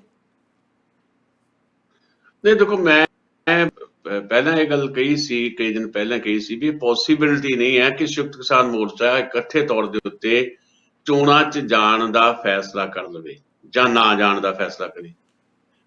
ਦੇਖੋ ਜਿਹੜੀਆਂ ਵਾਕੇ ਉਹਨਾਂ ਚੋਂ ਜਿੱਦਾਂ ਆਪਾਂ ਜ਼ਿਕਰ ਕਰ ਰਹੇ ਹਾਂ ਵੀ ਕੁਝ ਧੜੇ ਜਿਹੜੇ ਆ ਉਹ ਜਿਨ੍ਹਾਂ ਨਾਲ ਐਫੀਲੀਏਟਡ ਹੈਗੇ ਨੇ, ਜਿਨ੍ਹਾਂ ਰਾਜਨੀਤਿਕ ਪਾਰਟੀਆਂ ਦੇ ਨਾਲ, ਉਹ ਤਾਂ ਪਹਿਲਾਂ ਤੋਂ ਪਤਾ ਹੈ ਉਹ ਚੋਣ ਲੜਦੇ ਆ, ਤੇ ਕੁਝ ਧੜੇ ਆ ਉਹ ਵੀ ਪਤਾ ਉਹ ਚੋਣ ਨਹੀਂ ਲੜਦੇ। ਇਸ ਕਰਕੇ ਮੈਂ ਪਹਿਲੇ ਦਿਨ ਤੋਂ ਇਹ ਗੱਲ ਕਹਿ ਰਿਹਾ ਕਿ ਸੰਯੁਕਤ ਕਿਸਾਨ ਮੋਰਚਾ ਕਦੇ ਵੀ ਇਹ ਫੈਸਲਾ ਇਕਜੁੱਟਤਾ ਨਾਲ ਨਹੀਂ ਕਰ ਸਕਦਾ ਕਿ ਉਹ ਕੋਈ ਪਾਰਟੀ ਸੰਯੁਕਤ ਕਿਸਾਨ ਮੋਰਚਾ ਬਣਾ ਲਵੇ। ਕਿਸਾਨਾਂ ਦਾ ਮੋਰਚੇ ਦੀ ਥਾਂ ਦੇ ਉੱਤੇ ਉਹਦਾ ਨਾਂ ਪਾਰਟੀ ਹੋ ਜਾਵੇ ਕੋਈ, ਇਹ ਪੋਸੀਬਿਲਿਟੀ ਨਹੀਂ ਹੈ। ਤੇ ਦੂਜੀ ਗੱਲ ਇਹ ਹੈ ਕਿ ਜਿਹੜੀਆਂ ਜਥੇਬੰਦੀਆਂ ਲੜ ਰਹੀਆਂ ਨੇ ਉਹ ਜਿਹੜੇ ਆਗੂ ਨੇ ਕਿਸਾਨਾਂ ਦੇ, ਉਹ ਜਿਹੜੇ ਲੜਨ ਵਾਲੀਆਂ ਧਿਰਾਂ ਦੇ ਨਾਲ ਐਫੀਲੀਏਟਡ ਹੈਗੇ ਆ ਰਾਜਨੀਤਿਕ ਪਾਰਟੀਆਂ ਨਾਲ, ਉਹ ਸੁਤੰਤਰ ਹੋਣਗੇ ਆਪੋ ਆਪਣੀ ਪਾਰਟੀ 'ਚ ਜਾ ਕੇ ਕੰਮ ਕਰਨ ਵਾਸਤੇ। ਕਿਸੇ ਕਿਸਮ ਦੀ ਕੋਈ ਪਾਬੰਦੀ ਨਹੀਂ, ਇਹ ਗੱਲ ਬਿਲਕੁਲ ਸਾਫ਼ ਪਹਿਲਾਂ ਹੀ ਕਹੀ ਗਈ ਸੀ। ਪਰ ਜਦੋਂ ਫਿਰ ਸਾਂਝੀ ਲੜਾਈ ਸ਼ੁਰੂ ਹੋਏਗੀ, ਫਿਰ ਉਹ ਕਿਸਾਨ ਜਥੇਬੰਦੀ ਦੇ ਰੂਪ ਦੇ ਵਿੱਚ ਫਿਰ ਨਾਲ ਹੋਣਗੇ ਇਸ ਮੋਰਚੇ ਦੇ ਵਿੱਚ। ਜੇ ਕੱਲ ਨੂੰ ਇਹਦਾ ਮੋਰਚੇ ਦਾ ਨਾਂ ਇਹੀ ਰਹਿੰਦਾ ਤਾਂ ਥੋੜਾ ਟਫ ਹੋ ਗਿਆ ਮਾਹੌਲ, ਥੋੜਾ ਕਾਫੀ ਜ਼ਿਆਦਾ ਮੁਸ਼ਕਲ ਸਥਿਤੀ ਬਣੀ ਹੋਈ ਹੈ, ਕਿਉਂਕਿ ਕੁਝ ਚਾਹਵਾਨ ਨੇ, ਬਹੁਤ ਮਤਲਬ ਜ਼ਿਆਦਾ ਲੋਕ ਨਹੀਂ, ਪਰ ਕੁਝ ਜਥੇਬੰਦੀਆਂ ਦੇ ਆਗੂ ਚਾਹਵਾਨ ਨੇ ਵੀ ਇਹਦਾ ਲਾਹਾ ਲਿਆ ਜਾਵੇ ਇਸ ਮਾਹੌਲ ਦਾ, ਤੇ ਕਿਸੇ ਨਾ ਕਿਸੇ ਪਾਸਿਓਂ ਖਾਸ ਤੌਰ ਤੇ ਆਮ ਆਦਮੀ ਪਾਰਟੀ ਵੱਲੋਂ ਦੇਖਦੇ ਹੋ ਸਕਦੇ ਆ, ਕਿਉਂਕਿ ਕਾਂਗਰਸ ਤੇ ਭਾਰਤੀ ਜਨਤਾ ਪਾਰਟੀ ਜਾਂ ਕੈਪਟਨ ਨਾਲ ਜਾਣ ਦਾ ਤਾਂ ਕੋਈ ਉਹਨਾਂ ਦਾ ਬਹੁਤਾ ਮਤਲਬ ਨਹੀਂ ਹੈ। ਸੋ ਸ਼ਾਇਦ ਉਧਰ ਉਹ ਦੇਖਦੇ ਹੋਣ, ਤੇ ਆਮ ਆਦਮੀ ਪਾਰਟੀ ਵੀ ਝਾਕ ਲਾ ਕੇ ਬੈਠੀ ਹੈ। ਜਿੱਦਾਂ ਖਬਰਾਂ ਕੁਝ ਆਈਆਂ ਸੀ, ਕੁਝ ਮਿੱਤਰ ਜਿਹੜੇ ਸਾਡੇ ਪੱਤਰਕਾਰ ਸਾਥੀ ਹੈ ਉਹਨਾਂ ਨਾਲ ਵਿਚਾਰ ਵਟਾਂਦਰਾ ਹੁੰਦਾ ਰਹਿੰਦਾ, ਤੇ ਪਤਾ ਲੱਗਦਾ ਸੀ ਵੀ 4 ਦੇ ਕਰੀਬ ਜਥੇਬੰਦੀਆਂ ਹੈਗੀਆਂ ਜਿਹੜੀਆਂ ਡਾਇਰੈਕਟਲੀ ਵੀ ਆਮ ਆਦਮੀ ਪਾਰਟੀ ਨੂੰ ਸਪੋਰਟ ਕਰ ਸਕਦੀਆਂ। ਜੇ ਕੱਲ ਨੂੰ ਬਲਵੀਰ ਸਿੰਘ ਰਾਜੇਵਾਲ ਨਿੱਜੀ ਤੌਰ ਤੇ ਕੋਈ ਫੈਸਲਾ ਲੈ ਲੈਂਦੇ ਆ, ਸਮੂਹਕ ਤੌਰ ਦੇ ਉੱਤੇ ਉਹਨਾਂ ਦੀ ਸਪੋਰਟ 'ਚ ਸਾਰੇ ਸੰਯੁਕਤ ਕਿਸਾਨ ਮੋਰਚੇ ਨੇ ਨਹੀਂ ਆਉਣਾ। ਜੇ ਉਹ ਜਾਂਦੇ ਨੇ ਆਮ ਆਦਮੀ ਪਾਰਟੀ ਦਾ ਚਿਹਰਾ ਬਣ ਕੇ, ਜਿਹਦੇ ਬਾਰੇ ਗੱਲਾਂ ਹੋ ਰਹੀਆਂ, ਪਰ ਇਨ ਬਿਟਵੀਨ ਖਬਰਾਂ ਤੇ ਇਹ ਵੀ ਆ ਗਈਆਂ ਕਿ ਆਮ ਆਦਮੀ ਪਾਰਟੀ ਨੇ ਵੀ ਲਗਭਗ ਡਿਸੀਜਨ ਲੈ ਲਿਆ ਵੀ ਹੁਣ ਤਾਂ ਚਾਰੇ ਪਾਸੇ ਕੋਈ ਗੱਲ ਬਣੀ ਨਹੀਂ, ਭਗਵੰਤ ਮਾਨ ਨੂੰ ਚਿਹਰਾ ਬਣਾਉਣਾ ਪੈਣਾ। ਖਬਰ ਤਾਂ ਇਹ ਵੀ ਆ ਰਹੀ ਹੈ, ਤਾਂ ਮਤਲਬ ਬਲਵੀਰ ਸਿੰਘ ਰਾਜੇਵਾਲ ਦੀ ਜਿਹੜੀ ਗੱਲ ਉੱਧਰ ਚੱਲ ਰਹੀ ਆ ਜਾਂ ਚੱਲ ਰਹੀ ਹੋ ਸਕਦੀ ਸੀ, ਉਹ ਕਿਤੇ ਨਾ ਕਿਤੇ ਫੁੱਲ ਸਟਾਪ ਲੱਗ ਗਿਆ ਹੋ ਸਕਦਾ। ਸੋ ਬੜੀ, ਮੈਂ ਜਿੱਦਾਂ ਕਿਹਾ ਕਿ ਬੜੀ ਸੰਯੁਕਤ ਕਿਸਾਨ ਮੋਰਚੇ ਵਾਸਤੇ ਪਰਖ ਦੀ ਘੜੀ ਹੈ ਵੀ ਉਹਨੇ ਆਪਣੇ ਆਪ ਨੂੰ ਇਸੇ ਤਰ੍ਹਾਂ ਮੋਰਚੇ ਦੇ ਰੂਪ ਦੇ ਵਿੱਚ, ਕਿਸਾਨ ਮੋਰਚੇ ਦੇ ਰੂਪ ਦੇ ਵਿੱਚ ਹੀ ਕੰਟੀਨਿਊ ਕਰਨਾ ਹੈ, ਜਾਂ ਹਾਲ ਫਿਲਹਾਲ ਚੋਣਾਂ ਤੱਕ ਮੋਰਚੇ ਨੂੰ ਮੁਲਤਵੀ ਕਰਨਾ, ਤੇ ਆਪਣੀ ਰਾਜਨੀਤਿਕ ਧਿਰ ਨਾਲ ਜੁੜ ਕੇ ਆਪਣੇ ਢੰਗ ਦੇ ਨਾਲ ਇਲੈਕਸ਼ਨ ਦੇ ਵਿੱਚ ਆਪਣੀ ਭੂਮਿਕਾ ਨਿਭਾਉਣੀ। ਜੀ ਦਸਾਂਝ ਸਾਹਿਬ, ਖਾਸ ਕਰਕੇ ਅਕਾਲੀਆਂ ਬਾਰੇ ਕਿਹਾ ਜਾਂਦਾ ਸੀ, ਪਰ ਮੈਨੂੰ ਲੱਗਦਾ ਓਵਰਆਲ ਹੀ ਪੰਜਾਬੀਆਂ ਦਾ ਇਹ ਸੁਭਾਅ ਆ। ਮੈਂ ਕਿਸੇ ਪ੍ਰੋਗਰਾਮ 'ਚ ਤੁਹਾਡੇ ਨਾਲ ਸ਼ਾਇਦ ਅੱਗੇ ਵੀ ਜ਼ਿਕਰ ਕੀਤਾ ਹੋਵੇ, ਬਹੁਤ ਦੇਰ ਪਹਿਲਾਂ ਪੰਜਾਬੀ ਟ੍ਰਿਬਿਊਨ 'ਚ ਇੱਕ ਐਡੀਟੋਰੀਅਲ ਛਪਿਆ ਸੀਗਾ, ਮੇਰੇ ਖਿਆਲ ਉਦੋਂ ਬਰਜਿੰਦਰ ਹੀ ਸ਼ਾਇਦ ਸ਼ੁਰੂਆਤੀ ਦੌਰ 'ਚ ਹੋਣਗੇ ਉਹਦੇ ਐਡੀਟਰ, ਤੇ ਸੁਖਜਿੰਦਰ ਸਿੰਘ ਹਰਾਂ ਦਾ ਇੱਕ ਇੰਟਰਵਿਊ ਦੇ ਆਧਾਰ ਤੋਂ ਉਹਨਾਂ ਦਾ ਐਡੀਟੋਰੀਅਲ ਸੀਗਾ। ਤੇ ਉਦੋਂ ਸੁਖਜਿੰਦਰ ਸਿੰਘ ਹਰਾਂ ਦੀ ਸਰਕਾਰ 'ਚ ਰਹਿੰਦਿਆਂ ਵੀ ਇੱਕ ਖੜਿੱਕਾ ਹੁੰਦਾ ਸੀ, ਜਿੱਦਾਂ ਅੱਜ ਕੱਲ੍ਹ ਕਾਂਗਰਸੀਆਂ 'ਚ ਹੋ ਰਿਹਾ, ਤੇ ਅਕਾਲੀਆਂ 'ਚ ਵੀ ਅਕਸਰ ਇੱਦਾਂ ਹੁੰਦਾ ਰਹਿੰਦਾ ਸੀਗਾ। ਤੇ ਜਿਹੜੇ ਆਪਣੇ ਸੁਖਜਿੰਦਰ ਸਿੰਘ ਸੀ, ਉਹਨਾਂ ਨੂੰ ਸਵਾਲ ਕੀਤਾ ਗਿਆ ਕਿ ਤੁਸੀਂ ਜਦੋਂ ਮੋਰਚੇ ਲਾਉਂਦੇ ਹੋ ਉਦੋਂ ਤੇ ਤੁਸੀਂ ਇਕੱਠੇ ਹੁੰਦੇ ਹੋ, ਜਦੋਂ ਪਾਵਰ 'ਚ ਹੋ ਜਾਂਦੇ ਹੋ ਤੇ ਫਿਰ ਤੁਸੀਂ ਲੜਨ ਲੱਗ ਪੈਂਦੇ ਹੋ, ਇਹਦੇ ਪਿੱਛੇ ਕੀ ਕਾਰਨ ਆ? ਤੇ ਉਹਨਾਂ ਨੇ ਜਵਾਬ ਦਿੱਤਾ ਸੀ ਕਿ ਜਦੋਂ ਸਾਡਾ ਕੋਈ ਸਿੱਖਾਂ ਦਾ ਸਾਂਝਾ ਦੁਸ਼ਮਣ ਨਾ ਹੋਵੇ ਤੇ ਫਿਰ ਅਸੀਂ ਆਪੋ 'ਚ ਹੀ ਗੁੱਥਮ ਗੁੱਥਾ ਹੁੰਦੇ ਹਾਂ। ਤੇ ਉਹਦਾ ਹੈਡਿੰਗ ਵੀ ਮੈਨੂੰ ਯਾਦ ਆ, ਇਹ ਲੱਗਾ ਸੀਗਾ, ਜਾਤ ਗੋਤ ਸਿੰਘਨ ਕੀ ਦੰਗਾ, ਦੰਗਾ ਹੀ ਇਨ ਗੁਰਸੇ ਮੰਗਾ, ਇੱਦਾਂ ਦਾ ਸੀਗਾ ਸਲੋਗਨ ਦਿੱਤਾ ਹੋਇਆ। ਤੇ ਕੀ ਇਹੋ ਜਿਹੀ ਸਥਿਤੀ ਹੁਣ ਕਿਸਾਨ ਜਥੇਬੰਦੀਆਂ ਦੀ ਨਹੀਂ, ਜਿੱਥੇ ਇੱਕ ਪਾਸੇ ਐਡੀ ਵੱਡੀ ਪਹਾੜ ਜਿੱਡੀ ਤਾਕਤ ਨਾਲ ਟੱਕਰ ਲੈ ਕੇ ਤੇ ਉਹਨਾਂ ਨੇ ਰੱਤੀ ਭਰ ਵੀ ਥਿੜਕੇ ਨਹੀਂ, ਜਿਹੜਾ ਮਿਸ਼ਨ ਲੈ ਕੇ ਚੱਲੇ ਸੀ, ਜਦੋਂ ਤੱਕ ਉਹ 'ਚ ਫਤਿਹ ਪ੍ਰਾਪਤ ਨਹੀਂ ਕੀਤੀ, ਸਰਕਾਰ ਦੀਆਂ ਏਜੰਸੀਆਂ ਵੱਲੋਂ, ਪੋਲੀਟੀਕਲ ਪਾਰਟੀਆਂ ਵੱਲੋਂ ਅਨੇਕਾਂ ਕੋਸ਼ਿਸ਼ਾਂ ਕੀਤੀਆਂ ਗਈਆਂ ਕਿ ਇਹਨਾਂ ਨੂੰ ਪਾੜਤਾ ਜਾਵੇ, ਪਰ ਉਹ ਨਹੀਂ ਫਟੇ। ਪਰ ਜਦੋਂ ਹੁਣ ਜਿੱਤ ਪ੍ਰਾਪਤ ਕਰਕੇ ਆ ਗਏ ਤੇ ਇੱਕ ਦੂਜੇ ਤੇ ਦੂਸ਼ਣਬਾਜ਼ੀ ਹੋਣ ਲੱਗ ਪਈ ਕਿ ਸਾਂਝਾ ਦੁਸ਼ਮਣ ਖਤਮ ਹੋ ਗਿਆ, ਤਾਂ ਕਰਕੇ ਆਪਸੀ ਦੁਸ਼ਮਣੀਆਂ ਹੋ ਗਈਆਂ ਸ਼ੁਰੂ, ਉਹੋ ਹੀ ਪੁਰਾਣੀ ਗੱਲ। ਹਾਂ ਬਿਲਕੁਲ, ਦੇਖੋ ਸਾਨੂੰ ਇਸ ਗੱਲ ਤੇ ਥੋੜੀ ਨਿਰਾਸ਼ਾ ਹੁੰਦੀ ਹੈ ਵੀ ਐਡੀ ਵੱਡੀ ਤੁਸੀਂ ਜੰਗ ਜਿਹੜੀ ਲੜੀ ਹੈ, ਤੇ ਅਸੀਂ ਇਸ ਗੱਲੋਂ ਬਹੁਤ ਐਪਰੀਸ਼ੀਏਟ ਵੀ ਕਰਦੇ ਰਹੇ ਹਾਂ ਕਿਸਾਨ ਜਥੇਬੰਦੀਆਂ ਦੀ ਲੀਡਰਸ਼ਿਪ ਨੂੰ, ਵੀ ਇੰਨੇ ਜ਼ਿਆਦਾ ਮਤਭੇਦ ਸੀਗੇ, ਉਹਦੇ ਬਾਵਜੂਦ ਵੀ ਇਹਨਾਂ ਨੇ ਲਗਾਤਾਰ ਸਾਲ ਤੋਂ ਜ਼ਿਆਦਾ ਸਮਾਂ ਬਾਰਡਰ ਦੇ ਉੱਤੇ ਬਹੁਤ ਕਮਾਲ ਦੀ ਰਣਨੀਤਕ ਤੇ ਦਾਪੇਚਕ ਜਿਹੜੀ ਨੀਤੀ ਦੇ ਨਾਲ ਕੱਢਿਆ ਤੇ ਅੰਦੋਲਨ ਜਿੱਤਿਆ, ਤੇ ਇਸ ਤੋਂ ਵੱਡੀ ਕੋਈ ਗੱਲ ਨਹੀਂ ਸੀ ਹੋ ਸਕਦੀ। ਤੇ ਸਾਡੀ ਇਹ ਉਮੀਦ ਰਹੀ ਹੈ, ਹਾਲੇ ਵੀ ਹੈ, ਵੀ ਮੈਂ ਤਾਂ ਬਿਲਕੁਲ ਕਲੀਅਰ ਕੱਟ ਹੈ ਇਸ ਮਾਮਲੇ 'ਚ ਵੀ ਸੰਯੁਕਤ ਕਿਸਾਨ ਮੋਰਚੇ 'ਚ ਜਿਹੜੀਆਂ ਸ਼ਾਮਲ ਧਿਰਾਂ ਨੇ, ਇਹਨਾਂ ਨੂੰ ਕਿਸੇ ਕਿਸਮ ਦੀ ਚੋਣ ਸਿਆਸਤ ਦੇ ਵਿੱਚ ਨਹੀਂ ਉਲਝਣਾ ਚਾਹੀਦਾ। ਰੂਟੀਨ ਦੇ ਵਿੱਚ ਜਿਹੜਾ ਧੜਾ ਆ ਉਹ ਆਪਣੀ ਧੜੇ ਦੀ ਸਪੋਰਟ ਕਰੇ, ਠੀਕ ਹੈ, ਪਰ ਕਿਸਾਨਾਂ ਦੇ ਮੁੱਦੇ ਦੇ ਉੱਤੇ, ਅਵਾਮੀ ਜਿਹੜੇ ਮਸਲੇ ਨੇ ਉਹਨਾਂ ਦੇ ਮੁੱਦੇ ਦੇ ਉੱਤੇ ਸੰਯੁਕਤ ਕਿਸਾਨ ਮੋਰਚੇ ਨੂੰ ਕਿਸੇ ਵੀ ਪਾਸੋਂ ਖਿੰਡਣ ਦੀ ਜਿਹੜੀ ਕੋਈ ਜੇ ਸੰਭਾਵਨਾ ਬਣਦੀ ਹੈ ਤਾਂ ਉਹਦਾ ਨੁਕਸਾਨ ਹੋਏਗਾ ਜਨ ਅੰਦੋਲਨਾਂ ਦੀ ਜਿਹੜੀ ਪਿੱਠ ਭੂਮੀ ਦੇ ਵਿੱਚ ਅਸੀਂ ਜਿਸ ਤਰੀਕੇ ਦੇ ਨਾਲ ਗੁਜ਼ਰ ਕੇ ਆਏ ਹਾਂ, ਤੇ ਜਿਹੜਾ ਅੱਜ ਵਰਤਮਾਨ ਹੈ ਤੇ ਫਿਰ ਭਵਿੱਖ ਦਾ ਇਹਦਾ ਨੁਕਸਾਨ ਹੋ ਸਕਦਾ ਹੈ। ਪਰ ਉਹੀ ਗੱਲ ਹੈ ਕਿ ਸੁਭਾਅ ਵੀ ਹੈ ਤੇ ਕੁਝ ਈਗੋਜ਼ ਵੀ ਹੁੰਦੀਆਂ, ਵਿਚਾਰਧਾਰਾ ਦੇ ਨਾਂ ਦੇ ਉੱਤੇ ਅਸਲ ਦੇ ਵਿੱਚ ਈਗੋਜ਼ ਜਿਹੜੀਆਂ ਆ ਉਹੀ ਪਲਿਆ ਕਰਦੀਆਂ। ਬਹੁਤ ਸਾਰੀਆਂ ਜਥੇਬੰਦੀਆਂ ਦੀ ਵਿਚਾਰਧਾਰਾ ਇੱਕੋ ਹੀ ਹੈ, ਪਰ ਵਿਚਾਰਧਾਰਾ ਦੇ ਨਾਂ ਦੇ ਉੱਤੇ ਈਗੋਜ਼ ਪਾਲ ਕੇ ਲੋਕ ਬੈਠੇ ਹੁੰਦੇ ਆ। ਅਸੀਂ ਬੜੇ ਹੈਰਾਨ ਰਹੇ ਹਾਂ ਪਿਛਲੇ 1.5 ਸਾਲ ਤੋਂ ਵੀ ਜਿਹੜੀਆਂ ਜਥੇਬੰਦੀਆਂ ਕਦੇ ਵੀ ਮਤਲਬ ਜਥੇਬੰਦੀ ਦੇ ਆਗੂ ਇੱਕ ਦੂਜੇ ਨਾਲ ਗੱਲ ਕਰਕੇ ਰਾਜ਼ੀ ਨਹੀਂ ਸੀਗੇ, ਇੱਕ ਦੂਜੇ ਨੂੰ ਦੇਖਦੇ ਤੱਕ ਨਹੀਂ ਸੀ, ਉਹ ਇਕੱਠੇ ਹੋ ਗਏ। ਆਮ ਤੌਰ ਤੇ 8 ਕਿਸਾਨ ਜਥੇਬੰਦੀਆਂ ਪੰਜਾਬ 'ਚ ਇਕੱਠੀਆਂ ਹੁੰਦੀਆਂ ਰਹੀਆਂ ਪਿਛਲੇ 10-15 ਸਾਲਾਂ ਦਾ ਜਿਹੜਾ ਇਤਿਹਾਸ ਹੈ। ਐਤਕਾਂ 8 ਹੋਈਆਂ, ਫਿਰ 12 ਹੋਈਆਂ, ਫਿਰ 15 ਹੋਈਆਂ, ਫਿਰ 23 ਹੋਈਆਂ, ਫਿਰ 32 ਹੋ ਗਈ, ਤੇ ਇਹਨਾਂ 32 ਨੇ ਅੱਗੋਂ 471 ਜਥੇਬੰਦੀਆਂ ਇਕੱਠੀਆਂ ਕਰ ਲਈਆਂ ਸਾਰੇ ਦੇਸ਼ ਦੀਆਂ। ਇਹ ਬੜਾ ਚਮਤਕਾਰਕ ਵਰਤਾਰਾ ਸੀ। ਪਰ ਹੁਣ ਮੈਨੂੰ ਲੱਗਦਾ ਹੈ ਕਿ ਜਿਹੜਾ, ਕਿਉਂਕਿ ਚੋਣਾਂ ਸਿਰ ਤੇ ਹੈ ਤੇ ਚੋਣਾਂ ਲੜਨ ਦੀ ਕਿਸੇ ਦੀ ਇੱਛਾ ਹੋ ਸਕਦੀ ਹੈ, ਉਹ ਇੱਛਾ ਜਿਹੜੀ ਹੈ ਸ਼ਾਇਦ ਬਲਵਾਨ ਹੋ ਰਹੀ ਹੈ।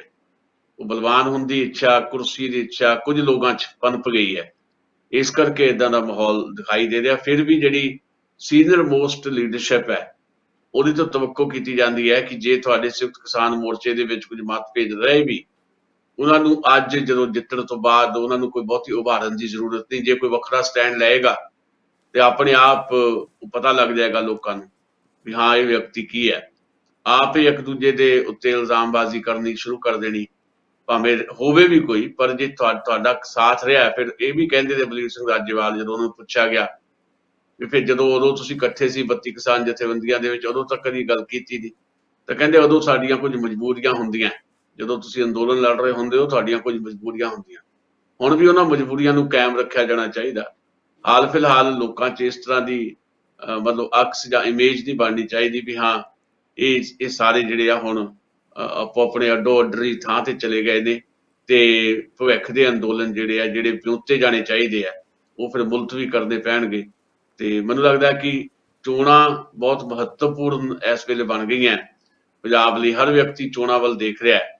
ਕਿਸਾਨ ਜਥੇਬੰਦੀਆਂ ਇਹਦੇ ਤੋਂ ਬਚ ਕੇ ਰਹਿਣ ਤਾਂ ਭਲਾ ਹੋਵੇਗਾ ਜੀ। ਦਸਾਂ ਸਾਹਿਬ, ਤੁਸੀਂ ਸ਼ਬਦ ਵਰਤਿਆ ਕਿ ਕੁਝ ਕਿਸਾਨ ਆਗੂਆਂ 'ਚ ਸੱਤਾ ਦੀ ਲਾਲਸਾ ਪਣਪ ਰਹੀ ਹੈ ਲੱਗਦੀ।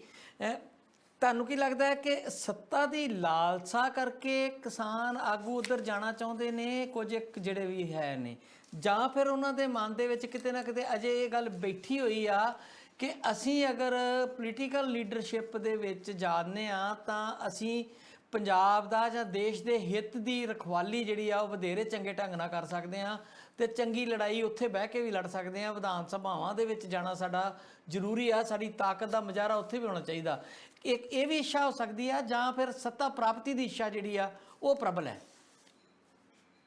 ਜਿਹੜੇ ਤਾਂ ਇੱਕਾ ਦੁੱਕਾ ਨੇ, ਜੇ ਤਾਂ ਦੇਖੋ ਸੰਯੁਕਤ ਕਿਸਾਨ ਮੋਰਚਾ ਇਕੱਠੇ ਤੌਰ ਦੇ ਉੱਤੇ ਸੰਯੁਕਤ ਰੂਪ ਦੇ ਵਿੱਚ ਇਦਾਂ ਦਾ ਕੋਈ ਫੈਸਲਾ ਕਰਦਾ ਫਿਰ ਤਾਂ ਗੱਲ ਮੰਨੀ ਜਾ ਸਕਦੀ ਆ ਵੀ ਹਾਂ ਵੀ ਇਹਨਾਂ ਦੀ ਇੱਛਾ ਆ ਵੀ ਰਾਜਨੀਤੀ ਦੇ ਵਿੱਚ ਵੀ ਸਿਫਤੀ ਪੱਧਰ ਦਾ ਕੋਈ ਬਦਲਾਅ ਕੀਤਾ ਜਾਏ। ਜੇ ਇੱਕਾ ਦੁੱਕਾ ਲੀਡਰਾਂ ਦੀ ਇੱਛਾ ਆ ਫਿਰ ਤਾਂ ਇੱਛਾ ਹੀ ਬਲਵਾਨ ਹੋਈ ਨਾ। ਫਿਰ ਉਹਨਾਂ ਨੂੰ ਵੀ ਪਤਾ ਵੀ ਇੱਕ ਵਿਅਕਤੀ ਕੀ ਬਦਲ ਸਕਦਾ ਹੈ, ਕੋਈ ਐਮਐਲਏ ਕੀ ਬਦਲ ਸਕਦਾ। ਇੱਥੇ ਤਾਂ ਪਾਰਟੀ ਦੇ ਪ੍ਰਧਾਨ ਕਹਿ ਦਿੰਦੇ ਆ ਜਿਹਦੀ ਆਪਣੀ ਸਰਕਾਰ ਹੁੰਦੀ ਹੈ ਵੀ ਮੈਂ ਤਾਂ ਬੇਵਸ ਆ ਜੀ, ਮੈਂ ਤਾਂ ਆਪਣੀ ਪਾਰਟੀ ਜਨ ਸੈਕਟਰੀ ਵੀ ਨਹੀਂ ਲਾ ਸਕਦਾ। ਜੇ ਪਾਰਟੀ ਦੇ ਪ੍ਰਧਾਨ ਬੇਵਸ ਹੋ ਜਾਂਦੇ ਆ ਤੇ ਇੱਕ ਐਮਐਲਏ ਜਾਂ ਇੱਕ ਚੋਣ ਲੜਨ ਵਾਲਾ ਇੱਕ ਹਲਕੇ ਤੋਂ ਪਤਾ ਨਹੀਂ ਜਿੱਤਣਾ ਜਾਂ ਨਹੀਂ ਜਿੱਤਣਾ ਉਹ ਕੀ ਬਦਲ ਦੇਗਾ। ਹਾਂ, ਸਮੁੱਚੇ ਰੂਪ ਦੇ ਵਿੱਚ ਜਦੋਂ ਤੁਸੀਂ ਏਜੰਡਾ ਲੈ ਕੇ ਚੱਲਦੇ ਹੋ ਤੇ ਉਹ ਏਜੰਡਾ ਕਾਮਨ ਬਣਾ ਲੈਂਦੇ ਹੋ ਤੇ ਉਹਦੇ ਤੇ ਪਹਿਰਾ ਤੁਸੀਂ ਦਿੰਦੇ ਹੋ ਤੇ ਆਪਣਾ ਕਾਫਲਾ ਵਧਾ ਲੈਂਦੇ ਹੋ ਤੇ ਫਿਰ ਤਾਂ ਮੰਨਿਆ ਜਾ ਸਕਦਾ ਵੀ ਇਹ ਸਾਰੇ ਇਕਜੁੱਟ ਨੇ ਤੇ ਇਕਜੁੱਟ ਹੋ ਕੇ ਇਹ ਸੱਤਾ ਵੀ ਬਦਲਣਾ ਚਾਹੁੰਦੇ ਆ ਤੇ ਸੂਰਤ ਵੀ ਬਦਲਣਾ ਚਾਹੁੰਦੇ ਆ।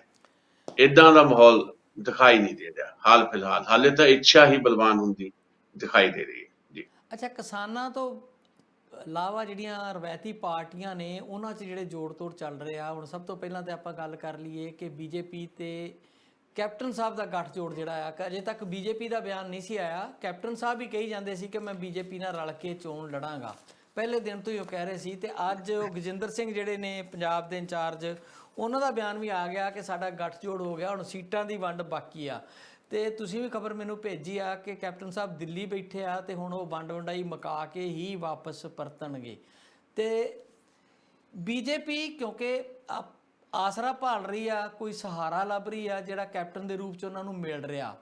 ਪਰ ਇੱਕ ਜਿਹੜੇ ਪੱਤਰਕਾਰ ਭਾਈਚਾਰਾ ਉਹਦੇ ਹਲਕਿਆਂ 'ਚ ਇੱਕ ਗੱਲ ਘੁੰਮ ਰਹੀ ਆ, ਕਾਫੀ ਤੀਬਰਤਾ ਨਾਲ ਘੁੰਮ ਰਹੀ ਆ, ਕਿ ਬੀਜੇਪੀ ਆਪਣੇ ਪੈਰ ਪੰਜਾਬ 'ਚ ਪਸਾਰਨ ਲਈ ਕਿਸੇ ਵੀ ਹੱਦ ਤੱਕ ਜਾ ਸਕਦੀ ਆ।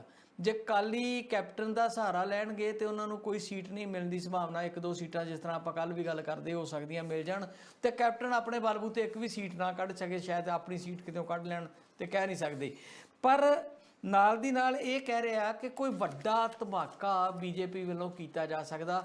ਕੁਝ ਲੋਕਾਂ ਨੇ ਇਹ ਵੀ ਇਸ਼ਾਰਾ ਕੀਤਾ ਆ ਕਿ ਜਿਹੜਾ ਖੁੰਝ ਗਿਆ ਸੀਗਾ 86 ਵੇਲੇ ਬਰਨਾਲਾ ਸਾਹਿਬ ਵਾਲਾ ਕੰਮ, ਕਿਤੇ ਉਹ ਚੀਜ਼ ਜਿਹੜੀ ਆ ਉਹ ਵੱਡਾ ਸਟੈਪ ਬੀਜੇਪੀ ਲੈ ਸਕਦੀ ਆ। ਉਹ ਇਸ ਗੱਲ ਲਈ ਜਾਣੇ ਜਾਂਦੇ ਆ ਕਿ ਉਹ ਕੁਝ ਵੀ ਕਰ ਸਕਦੇ ਆ, ਯਾਨੀ ਕਿ ਚੰਡੀਗੜ੍ਹ ਪੰਜਾਬ ਨੂੰ ਦੇਣ ਦੀ ਗੱਲ ਜਿਹੜੀ ਆ ਉਹ ਕਿਤੇ ਅੰਦਰ ਖਾਤੇ ਧੂੰਆਂ ਨਿਕਲ ਰਿਹਾ। ਇਹਦੇ ਵਿੱਚ ਤੁਹਾਡੇ ਕੋਲ ਵੀ ਕੋਈ ਕਨਸੋ ਹੈ ਕਿ ਇਦਾਂ ਦੀ ਕੋਈ ਗੱਲ ਹੋ ਸਕਦੀ ਆ ਕਿ ਬੀਜੇਪੀ ਐਡਾ ਵੱਡਾ ਬੋਲਡ ਸਟੈਪ ਲੈ ਲੇਗੀ ਕਿ ਚੰਡੀਗੜ੍ਹ ਪੰਜਾਬ ਨੂੰ ਟਰਾਂਸਫਰ ਕਰ ਸਕਦੀ ਹੈ ਤਾਂ ਕਿ ਉਹਨਾਂ ਦੇ ਪੈਰ ਲੱਗ ਜਾਣ, ਲੋਕਾਂ 'ਚ ਬੱਲੇ ਬੱਲੇ ਹੋ ਜੇ? ਦੇਖੋ, ਭਾਰਤੀ ਜਨਤਾ ਪਾਰਟੀ ਜਿਹੜੀ ਆ ਉਹਦੇ 'ਚ ਸਪੈਸ਼ਲੀ ਪ੍ਰਧਾਨ ਮੰਤਰੀ ਨਰਿੰਦਰ ਮੋਦੀ ਜਿਹੜੇ ਆ ਉਹ ਜਿਹੜੇ ਫੈਸਲੇ ਕਰਦੇ ਆ ਉਹਦੀ ਕੰਸੋਲ ਲੱਗਣ ਨਹੀਂ ਦਿੰਦੇ ਕਿਸੇ ਨੂੰ। ਕਿਹਨੂੰ ਕੰਸੋਲ ਸੀ ਵੀ ਹਾਂ ਵੀ ਕੋਈ ਅਚਾਨਕ ਹੀ ਅੱਧੀ ਰਾਤ ਨੂੰ ਮਤਲਬ ਇਹ ਫੈਸਲਾ ਕਰਨਗੇ, ਰਾਤ ਨੂੰ ਸੁੱਤੇ ਪਏ ਤੇ ਸਵੇਰੇ 9 ਵਜੇ ਟੀਵੀ ਸਕਰੀਨ ਤੇ ਆ ਕੇ ਤਿੰਨੇ ਖੇਤੀ ਕਾਨੂੰਨ ਉਹ ਵਾਪਸ ਲੈ ਲੈਣਗੇ। ਉਹ ਤਾਂ ਐਗਰੀਕਲਚਰ ਮਿਨਿਸਟਰ ਨੂੰ ਵੀ ਨਹੀਂ ਸੀ ਪਤਾ, ਨਰਿੰਦਰ ਤੋਮਰ ਨੂੰ ਵੀ ਨਹੀਂ ਸੀ ਪਤਾ ਕਿ ਉਹ ਤਾਂ ਸੁੱਤੇ ਵੀ ਹੋ ਸਕਦੇ ਨਰਿੰਦਰ ਤੋਮਰ ਸੁੱਤੇ ਹੀ ਹੋਣ ਤੇ ਅਚਾਨਕ ਘਰਦਿਆਂ ਨੇ ਜਗਾਏ ਹੋਣ, ਦੇਖੋ ਪ੍ਰਧਾਨ ਮੰਤਰੀ ਕੀ ਕਹੀ ਜਾਂਦੇ ਆ। ਸੋ ਇਸ ਕਰਕੇ ਇਹ ਜਿਹੜੇ ਵੱਡੇ ਮਾਮਲੇ ਹੁੰਦੇ ਆ ਉਹਦੀ ਕੰਸੋਲ ਲੱਗਣ ਨਹੀਂ ਦਿੰਦੇ। ਉਹ ਕੋਈ ਡੈਮੋਕ੍ਰੇਸੀ ਦੇ ਵਿੱਚ ਉਹਨਾਂ ਦਾ ਵਿਸ਼ਵਾਸ ਨਹੀਂ ਹੈ।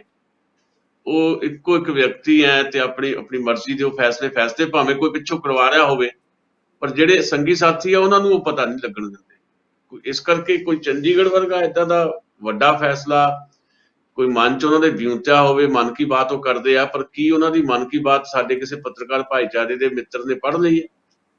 ਕਿਉਂਕਿ ਇਹ ਏਦਾਂ ਹੁੰਦਾ ਨਹੀਂ ਹੈ। ਚੰਡੀਗੜ੍ਹ ਦੇਖੋ ਟਾਈਮ ਬਾਉਂਡ ਕਰਨਾ ਪਊਗਾ। ਚੰਡੀਗੜ੍ਹ ਪਹਿਲਾਂ ਵੀ 10 ਸਾਲ ਲਈ ਬਣਾਇਆ ਸੀ ਰਾਜਧਾਨੀ, ਕਿਹਾ ਸੀ ਵੀ 10 ਸਾਲ ਲਈ ਰਾਜਧਾਨੀ ਬਣਾਤੀ ਹੈ ਦੋਵਾਂ ਸੂਬਿਆਂ ਦੀ ਸਾਂਝੀ, ਤੇ ਬਾਅਦ 'ਚ ਹਰਿਆਣੇ ਨੂੰ ਵੱਖਰੀ ਰਾਜਧਾਨੀ ਬਣਾ ਦਿੱਤੀ ਜਾਊਗੀ। ਤੇ ਕਿੱਥੇ ਗੱਲ ਗਈ ਕਿੱਥੇ ਨਹੀਂ। ਰਿਜ਼ਰਵੇਸ਼ਨ ਵੀ ਏਦਾਂ ਹੀ 10 ਸਾਲ ਵਾਸਤੇ ਕੀਤੀ ਗਈ ਸੀ, ਉਹ ਵੱਧਦੀ ਰਾਜਨੀਤਿਕ ਟੂਲ ਬਣ ਗਈ। ਇਹਦੇ ਚੰਡੀਗੜ੍ਹ ਟੂਲ ਬਣ ਗਿਆ, ਪੋਲੀਟੀਕਲ ਟੂਲ ਹੈ ਚੰਡੀਗੜ੍ਹ ਤਾਂ। ਹਾਂ ਇਹ ਜ਼ਰੂਰ ਹੈ ਕਿ ਜ਼ਬਾਨੀ ਕਲਾਮੀ ਜੋ ਮਰਜ਼ੀ ਕਹਿ ਦਿਓ, ਇੱਥੇ ਕਿਸੇ ਰੈਲੀ 'ਚ ਆ ਕੇ ਕਹਿ ਦੇਣਗੇ ਵੀ ਚੰਡੀਗੜ੍ਹ ਪੰਜਾਬ ਦਾ, ਵੀ ਆ 10 ਸਾਲ ਬਾਅਦ 10 ਸਾਲ ਤੱਕ ਜਾਂ 5 ਸਾਲ ਤੱਕ ਹਰਿਆਣਾ ਜਿਹੜਾ ਆਪਣੀ ਨਵੀਂ ਰਾਜਧਾਨੀ ਉਸਾੜ ਲਊਗਾ ਤੇ ਚੰਡੀਗੜ੍ਹ ਪੰਜਾਬ ਦਾ 5 ਸਾਲ ਬਾਅਦ ਹੋ ਜਾਊਗਾ। ਕਹਿਣਾ ਹੀ ਆ 1986 1 ਜਨਵਰੀ ਰਾਜੀਵ ਲੌਂਗੋਵਾਲ ਸਮਝੌਤੇ ਦੇ ਤਹਿਤ 1 ਜਨਵਰੀ 1986 ਨੂੰ ਚੰਡੀਗੜ੍ਹ ਪੰਜਾਬ ਨੂੰ ਮਿਲ ਜਾਣਾ ਸੀ। ਉਹ ਤਾਂ ਲਿਖਤੀ ਸਮਝੌਤਾ ਸੀ, ਉਹ ਤਾਂ ਲਿਖਤੀ ਸਮਝੌਤਾ ਸੀ ਰਾਜੀਵ ਲੌਂਗੋਵਾਲ ਸਮਝੌਤਾ ਜਿਹੜਾ, ਉਹ ਸਮਝੌਤਾ ਨਹੀਂ ਸਿਰੇ ਚੜਿਆ। ਤੇ ਹੁਣ ਜ਼ਬਾਨੀ ਕਲਾਮੀ ਕੋਈ ਗੱਲ ਕਹੀ ਕਿਵੇਂ ਸਿਰੇ ਚੜ ਸਕਦੀ ਆ? ਹਾਂ ਖੇਡ ਖੇਡੀ ਜਾ ਸਕਦੀ ਆ, ਖੇਡਾਂ ਖੇਡਣ 'ਚ ਮਾਹਰ ਨੇ ਨਰਿੰਦਰ ਮੋਦੀ ਤੇ ਅਮਿਤ ਸ਼ਾਹ, ਕੋਈ ਵੀ ਖੇਡ ਖੇਡ ਸਕਦੇ ਪੰਜਾਬੀਆਂ ਦੇ ਨਾਲ, ਔਰ ਪੰਜਾਬੀ ਇਸ ਗੱਲ ਤੇ ਯਕੀਨ ਕਰ ਲੈਣਗੇ? ਇਹ ਇੱਕ ਵੱਡਾ ਸਵਾਲ ਹੈ। ਦੂਜਾ ਜਿਹੜਾ ਕੈਪਟਨ ਅਮਰਿੰਦਰ ਤੇ ਭਾਰਤੀ ਜਨਤਾ ਪਾਰਟੀ ਦਾ ਗੱਠਜੋੜ, ਉਹ ਤਾਂ ਹੁਣ ਅਨਾਉਂਸ ਹੀ ਹੋ ਗਿਆ। ਪਹਿਲਾਂ ਕੈਪਟਨ ਅਮਰਿੰਦਰ ਕਹਿੰਦੇ ਸੀ, ਪਰ ਕੁਝ ਸਮਾਂ ਪਹਿਲਾਂ ਇਹੀ ਗਜਿੰਦਰ ਸ਼ੇਖਾਵਤ ਸੀਸਮਾ ਮਹਿਲ 'ਚ ਆਏ ਸੀ, ਜਿਹੜਾ ਇਹਨਾਂ ਦਾ ਕੈਪਟਨ ਅਮਰਿੰਦਰ ਦਾ, ਉੱਥੇ ਇਹਨਾਂ ਦੀ 4 ਘੰਟੇ ਮੀਟਿੰਗ ਚੱਲੀ ਤੇ ਲਗਭਗ ਤੈਅ ਹੋਇਆ ਵੀ ਆਪਾਂ ਇਕੱਠੇ ਚੱਲਾਂਗੇ। ਪਰ ਸੀਟਾਂ ਦੀ ਸ਼ੇਅਰਿੰਗ ਦਾ ਜਿਹੜਾ ਮਸਲਾ ਆ ਉਹ ਹਾਲੇ ਵੀ ਫਿਕਸ ਨਹੀਂ ਸੀ ਹੋਇਆ। ਤੇ ਕੱਲ ਦੇ ਦਿੱਲੀ ਆ ਕੈਪਟਨ ਅਮਰਿੰਦਰ ਸਿੰਘ ਤੇ ਗਜਿੰਦਰ ਸਿੰਘ ਸ਼ੇਖਾਵਤ ਨਾਲ ਉਹਨਾਂ ਦੀ ਹੋ ਗਈ ਮੁਲਾਕਾਤ। ਉਸ ਤੋਂ ਬਾਅਦ ਖੁਦ ਸ਼ੇਖਾਵਤ ਸਾਹਿਬ ਨੇ ਆ ਕੇ ਕਿਹਾ ਕਿ ਹਾਂ ਸਾਡਾ ਗੱਠਜੋੜ ਹੈ ਭਾਈ, ਅਸੀਂ ਲੜਾਂਗੇ। ਪਰ ਸੀਟਾਂ ਦੀ ਵੰਡ ਬਾਰੇ ਹਾਲੇ ਕੋਈ ਫੈਸਲਾ ਨਹੀਂ। ਪਰ ਇਹ ਖਬਰ ਇਹ ਹੈ ਕਿ ਭਾਰਤੀ ਜਨਤਾ ਪਾਰਟੀ ਐਤਕਾਂ ਇਹ ਚਾਹੁੰਦੀ ਹੈ ਕਿ ਉਹ ਵੱਧ ਤੋਂ ਵੱਧ ਸੀਟਾਂ ਤੇ ਲੜੇ, ਤੇ ਸ਼ਾਇਦ 70 ਸੀਟਾਂ ਦਾ ਦਾਅਵਾ ਉਹ ਕਰ ਰਹੀ ਹੈ ਕਿ 70 ਸੀਟਾਂ ਤੇ ਇਕੱਲੀ ਬੀਜੇਪੀ ਲੜੂਗੀ, ਬਾਕੀ ਸੀਟਾਂ ਕੈਪਟਨ ਅਮਰਿੰਦਰ ਲੈ ਲੈਣ ਤੇ ਕੁਝ ਸੀਟਾਂ ਵਿੱਚੋਂ ਢੀਂਡਸਾ ਧੜੇ ਨੂੰ ਦੇ ਦਿਓ, ਸੰਯੁਕਤ ਅਕਾਲੀ ਦਲ ਨੂੰ। ਪਰ ਇਹ ਫਾਈਨਲ ਫਿਗਰ ਨਹੀਂ ਹੈ। ਜਦੋਂ ਕੱਲੀ ਸੀਟ ਦੇ ਉੱਤੇ ਗੱਲ ਹੋਏਗੀ, ਕਿਉਂਕਿ ਸੀਟ ਸ਼ੇਅਰਿੰਗ ਦਾ ਫਾਰਮੂਲਾ ਇਹਨਾਂ ਨੇ ਤਿਆਰ ਕੀਤਾ ਵੀ ਇਹ ਨਹੀਂ ਹੈ ਕਿ ਲੋ ਸੀਟਾਂ ਵੰਡਤੀਆਂ, ਇੰਨੀਆਂ ਤੁਹਾਡੀਆਂ ਇੰਨੀਆਂ ਸਾਡੀਆਂ, ਆਹ ਤੁਹਾਡੀਆਂ। ਇਹ ਦੇਖਿਆ ਜਾਊਗਾ ਕਿ ਕਿਹੜੀ ਸੀਟ ਦੇ ਉੱਤੇ ਕਿਹੜੀ ਧਿਰ ਦਾ ਕੈਂਡੀਡੇਟ ਜਿੱਤਣ ਦੇ ਕਾਬਲ ਹੈ, ਉਹਨੂੰ ਉਹ ਸੀਟ ਦੇ ਦੇਣੀ ਹੈ। ਜੇ ਏਦਾਂ ਸੀਟ ਸ਼ੇਅਰਿੰਗ ਹੋਣੀ ਹੈ ਤਾਂ ਫਿਰ ਗਿਣਤੀ ਮਿਣਤੀ ਜਿਹੜੀ ਆ ਉਹ ਘੱਟ ਵੱਧ ਵੀ ਸਕਦੀ ਹੈ। ਪਰ ਇਹ ਪੱਕਾ ਹੈ ਕਿ ਹੁਣ ਰਲ ਕੇ ਚੋਣ ਲੜਨਗੇ, ਤੇ ਦਾਅਵਾ ਇਹ ਹੈ ਕੈਪਟਨ ਦਾ ਵੀ 100% ਨਹੀਂ 101% ਅਸੀਂ ਰਲ ਕੇ ਸਰਕਾਰ ਬਣਾਵਾਂਗੇ। ਬਣਾਉਂਦੇ ਆ ਨਹੀਂ ਬਣਾਉਂਦੇ ਵੱਖਰੀ ਗੱਲ ਹੈ, ਉਹਨਾਂ ਨੇ ਪੂਰਾ ਜ਼ੋਰ ਤਾਂ ਲਾਉਣਾ ਆ ਤੇ ਏਦਾਂ ਦੇ ਹੱਥਕੰਡੇ ਵੀ ਅਪਣਾਉਣੇ ਆ। ਹੋ ਸਕਦਾ ਉਹ ਕੋਈ ਪੈਕੇਜ ਜਿਹੜਾ ਪੰਜਾਬ ਵਾਸਤੇ ਸਪੈਸ਼ਲ, ਜਿਹੜਾ ਕਰਜ਼ੇ ਵਾਲੀ ਗੱਲ ਹੈ, ਕਿਸਾਨਾਂ ਦੇ ਕਰਜ਼ੇ ਤੇ ਲੀਕ ਮਾਰ ਸਕਦੇ ਆ। 98,000 ਕਰੋੜ ਰੁਪਏ ਦਾ ਕਰਜ਼ਾ ਕਿਸਾਨਾਂ ਦਾ, 2 ਲੱਖ ਕਰੋੜ ਦਾ ਕਰਜ਼ਾ ਹੋਰ ਹੈ, ਨੀਅਰ ਅਬਾਊਟ 3 ਲੱਖ ਕਰੋੜ ਦੇ ਕਰਜ਼ੇ ਤੇ ਲੀਕ ਮਾਰਨ ਦੀ ਕੋਈ ਗੱਲ ਕਰ ਸਕਦੇ ਆ। ਖਬਰ ਹੈ ਕਿ ਆਖਰੀ ਹਫ਼ਤੇ, ਦਸੰਬਰ ਦੇ ਆਖਰੀ ਹਫ਼ਤੇ ਪ੍ਰਧਾਨ ਮੰਤਰੀ ਨਰਿੰਦਰ ਮੋਦੀ ਪੰਜਾਬ 'ਚ ਇੱਕ ਵੱਡੀ ਚੋਣ ਰੈਲੀ ਜਿਹੜੀ ਆ ਸੰਬੋਧਨ ਕਰਨਗੇ, ਤੇ ਉਸ ਰੈਲੀ ਦੇ ਵਿੱਚ ਏਦਾਂ ਦੀਆਂ ਕੋਈ ਗੱਲਾਂ ਉਹ ਕਰ ਸਕਦੇ ਆ। ਖੇਡ ਖੇਡਣੀ ਹੈ ਜਿਵੇਂ ਮਰਜ਼ੀ ਖੇਡ ਲੈਣ, ਤੇ ਪੰਜਾਬ ਦੇ ਵਿੱਚ ਭਾਰਤੀ ਜਨਤਾ ਪਾਰਟੀ ਨੂੰ ਪੈਰਾਂ ਸਿਰ ਕਰਨਾ, ਉਹਦੇ ਵਾਸਤੇ ਸਾਰਿਆਂ ਨੂੰ ਇੱਕ ਦੂਜੇ ਦੀ ਜਿਹੜੀ ਸਾਥ ਚਾਹੀਦਾ, ਕੈਪਟਨ ਨੂੰ ਬੀਜੇਪੀ ਦਾ ਸਾਥ ਚਾਹੀਦਾ, ਬੀਜੇਪੀ ਨੂੰ ਕੈਪਟਨ ਦਾ, ਢੀਂਡਸਿਆਂ ਨੂੰ ਵੀ ਚਾਹੀਦਾ ਸਾਥ ਕੋਈ ਨਾ ਕੋਈ। ਉਹ ਵੀ ਲਗਭਗ ਖਬਰ ਫਾਈਨਲ ਹੀ ਹੈ ਵੀ ਹੁਣ ਆਖਿਰਕਾਰ ਉਹਨਾਂ ਨੇ ਫੈਸਲਾ ਇਸ ਗੱਠਜੋੜ ਨਾਲ ਜਾਣ ਦਾ ਕਰ ਲਿਆ, ਪਰ ਹਾਲੇ ਉਹਨਾਂ ਨੇ ਇਹਨੂੰ ਅਨਾਉਂਸ ਨਹੀਂ ਕੀਤਾ। ਜੀ ਸਿਆਸਤ ਹੈ ਜੀ, ਸਿਆਸਤ 'ਚ ਕੁਝ ਵੀ ਹੋ ਸਕਦਾ ਆ, ਪਰ ਮੈਨੂੰ ਨਹੀਂ ਸਮਝ ਲੱਗਦੀ ਕਿ ਲੋਕ ਜਿਹੜੇ ਆ ਇਹ ਲੋਕਾਂ ਨੂੰ ਕੀ ਮੂੰਹ ਦਿਖਾਉਣਗੇ। ਕੈਪਟਨ ਬਾਰੇ ਤੇ ਗੱਲ ਸਾਰਿਆਂ ਨੂੰ ਪਤਾ ਹੀ ਸੀਗਾ ਕਿ ਉਹ ਬੈਠੇ ਕਾਂਗਰਸ 'ਚ ਆ, ਪਰ ਸਰਕਾਰ ਕਿਸੇ ਇੱਕ ਤਰ੍ਹਾਂ ਨਾਲ ਉਹ ਬੀਜੇਪੀ ਦੀ ਚਲਾ ਰਹੇ, ਤਾਂ ਹੀ ਉਹ 4-4.5 ਸਾਲ ਆਰਾਮ ਨਾਲ ਕੱਢ ਗਏ ਸੀਗੇ। ਹੁਣ ਹਾਲਾਤ ਆਪਣੀ ਪਾਰਟੀ 'ਚ ਵਿਗੜੇ ਤੇ ਉਹਨਾਂ ਨੂੰ ਲਾਂਭੇ ਹੋਣਾ ਪਿਆ। ਜਿਸ ਤਰੀਕੇ ਨਾਲ ਉਹਨਾਂ ਵਿਰੋਧ ਮੋਦੀ ਰਾਣੀ ਨਹੀਂ ਸੀ ਕੀਤਾ ਕਰਤਾਰਪੁਰ ਲਾਂਘੇ ਦਾ, ਜਿਸ ਤਰੀਕੇ ਨਾਲ ਵਿਰੋਧ ਜਿਹੜੇ ਭਾਵੇਂ ਉਹਨਾਂ ਦੀ ਪਰਸਨਲ ਰਾਈਵਲੀ ਸੀਗੀ ਸਿੱਧੂ ਸਾਹਿਬ ਨਾਲ, ਉਹਦੇ ਬਾਵਜੂਦ ਵੀ ਉਹ ਨੈਸ਼ਨਲਿਜ਼ਮ ਦਾ ਜਿਹੜਾ ਹੋਕਾ ਦਿੰਦੇ ਰਹੇ ਆ, ਨੈਸ਼ਨਲ ਸੁਰੱਖਿਆ ਦਾ ਹੋਕਾ ਦਿੰਦੇ ਰਹੇ ਆ। ਉਹ ਸਾਰੀ ਸ਼ਬਦਾਵਲੀ ਬੀਜੇਪੀ ਵਾਲੀ ਸੀਗੀ, ਤੇ ਉਹ ਲੁਕਵੇਂ ਰੂਪ 'ਚ ਲੱਗਦਾ ਸੀ ਕਿ ਉਹਨਾਂ ਨਾਲ ਚੱਲਦੇ ਆ, ਪਰ ਹੁਣ ਤੇ ਓਪਨ ਹੋ ਗਿਆ ਵੀ ਇਹਦਾ ਮਤਲਬ ਉਹਨਾਂ ਦੀ ਸਾਂਝ ਅੱਜ ਨਹੀਂ ਬਣੀ, ਉਹ ਮਿਲ ਕੇ ਹੀ ਸਰਕਾਰ ਚਲਾਉਂਦੇ ਰਹੇ ਲੰਬੇ ਸਮੇਂ ਦੀ। ਤੇ ਦੂਜੇ ਪਾਸੇ ਜੇ ਤੁਸੀਂ ਕਹਿ ਰਹੇ ਹੋ ਕਿ ਲੋਕ ਕੀ ਹੰਗਾਰਾ ਦੇਣਗੇ, ਮੰਨ ਲਓ ਕਿ ਇਦਾਂ ਦਾ ਕੋਈ ਵੱਡੇ ਫੈਸਲੇ 2-3 ਅਮਿਤ ਸ਼ਾਹ ਤੇ ਮੋਦੀ ਸਾਹਿਬ ਮਿਲ ਕੇ ਕਰ ਦਿੰਦੇ ਆ, ਕਿਸਾਨ ਕਰਜ਼ਿਆਂ ਤੇ ਲੀਕ ਫਿਰ ਜਾਂਦੀ ਆ, ਜਾਂ ਕਿਸਾਨ ਪੰਜਾਬ ਦਾ ਕਰਜ਼ਾ ਹੀ ਕਹਿੰਦੇ ਕਿ ਅਸੀਂ ਆਪੇ ਭੁਗਤ ਲਾਂਗੇ, ਸਰਕਾਰ ਵਾਸਤੇ ਕੋਈ ਵੱਡੀ ਗੱਲ ਨਹੀਂ, 2-3 ਲੱਖ ਕਰੋੜ ਰੁਪਈਆ ਦੇਣਾ ਬਹੁਤ ਕੁਝ ਉਹ ਪੈਕੇਜ ਦਿੰਦੇ ਰਹਿੰਦੇ ਆ, ਤੇ ਇਦਾਂ ਦਾ ਵੱਡਾ ਕੋਈ ਕਾਰਨਾਮਾ ਕਰ ਦਿੰਦੇ ਆ। ਜਾਂ ਚੰਡੀਗੜ੍ਹ ਵਾਲਾ ਜਿਹੜਾ ਮਸਲਾ ਮੈਂ ਕਹਿ ਰਿਹਾ, ਚਲੋ ਇਹ ਸਿਆਸੀ ਮਸਲਾ ਆ, ਇਹਦੇ ਘੱਟ ਸੰਭਾਵਨਾਵਾਂ ਨੇ, ਅਗਰ ਉਹ ਪੰਜਾਬ ਦਾ ਟੋਟਲ ਕਰਜ਼ਾ ਮਾਫ ਕਰਦੇ, ਕਿਸਾਨ ਕਰਜ਼ਾ ਮਾਫ ਕਰ ਦਿੰਦੇ ਆ, ਤੇ ਕੀ ਤੁਹਾਨੂੰ ਲੱਗਦਾ ਹੈ ਕਿ ਪੰਜਾਬ ਦੇ ਲੋਕ ਅਲਾਰ ਹੋ ਜਾਣਗੇ ਬੀਜੇਪੀ ਵੱਲ, ਜਾਂ ਰੜਕ ਅਜੇ ਬਾਕੀ ਆ? ਨਹੀਂ, ਇੰਨੀ ਛੇਤੀ ਦੇਖੋ ਸਾਡੀ ਮਾਨਸਿਕਤਾ ਜਿਹੜੀ ਹੈ ਨਾ ਪੰਜਾਬੀਆਂ ਦੀ, ਉਹਦੇ ਚ ਇੰਨੀ ਛੇਤੀ ਨਹੀਂ ਜਿਹੜੀਆਂ ਜਿਹੜੀਆਂ ਚੀਜ਼ਾਂ ਤੁਸੀਂ ਭੁਗਤੀਆਂ ਹੁੰਦੀਆਂ ਉਹ ਭੁੱਲਦੀਆਂ। ਮਤਲਬ ਇਸ ਵੇਲੇ ਧਰਾਤਲ ਦੇ ਉੱਤੇ ਭਾਰਤੀ ਜਨਤਾ ਪਾਰਟੀ ਪੰਜਾਬ 'ਚ ਕਿਤੇ ਵੀ ਨਹੀਂ ਹੈ। ਉਹਨੂੰ ਟੇਕ ਕਿਹੜੀ ਚੀਜ਼ ਤੇ ਹੈ? ਟੇਕ ਉਹਨੂੰ ਇਹ ਹੈ ਕਿ ਉਹ ਸ਼ਹਿਰੀ ਵੋਟ ਆਪਣੀ ਫੇਰ ਤੋਂ ਜਿਹੜੀ ਹੈ ਵਾਪਸ ਆਪਣੇ ਪਾਲੇ 'ਚ ਲਿਆ ਸਕਦੀ ਹੈ।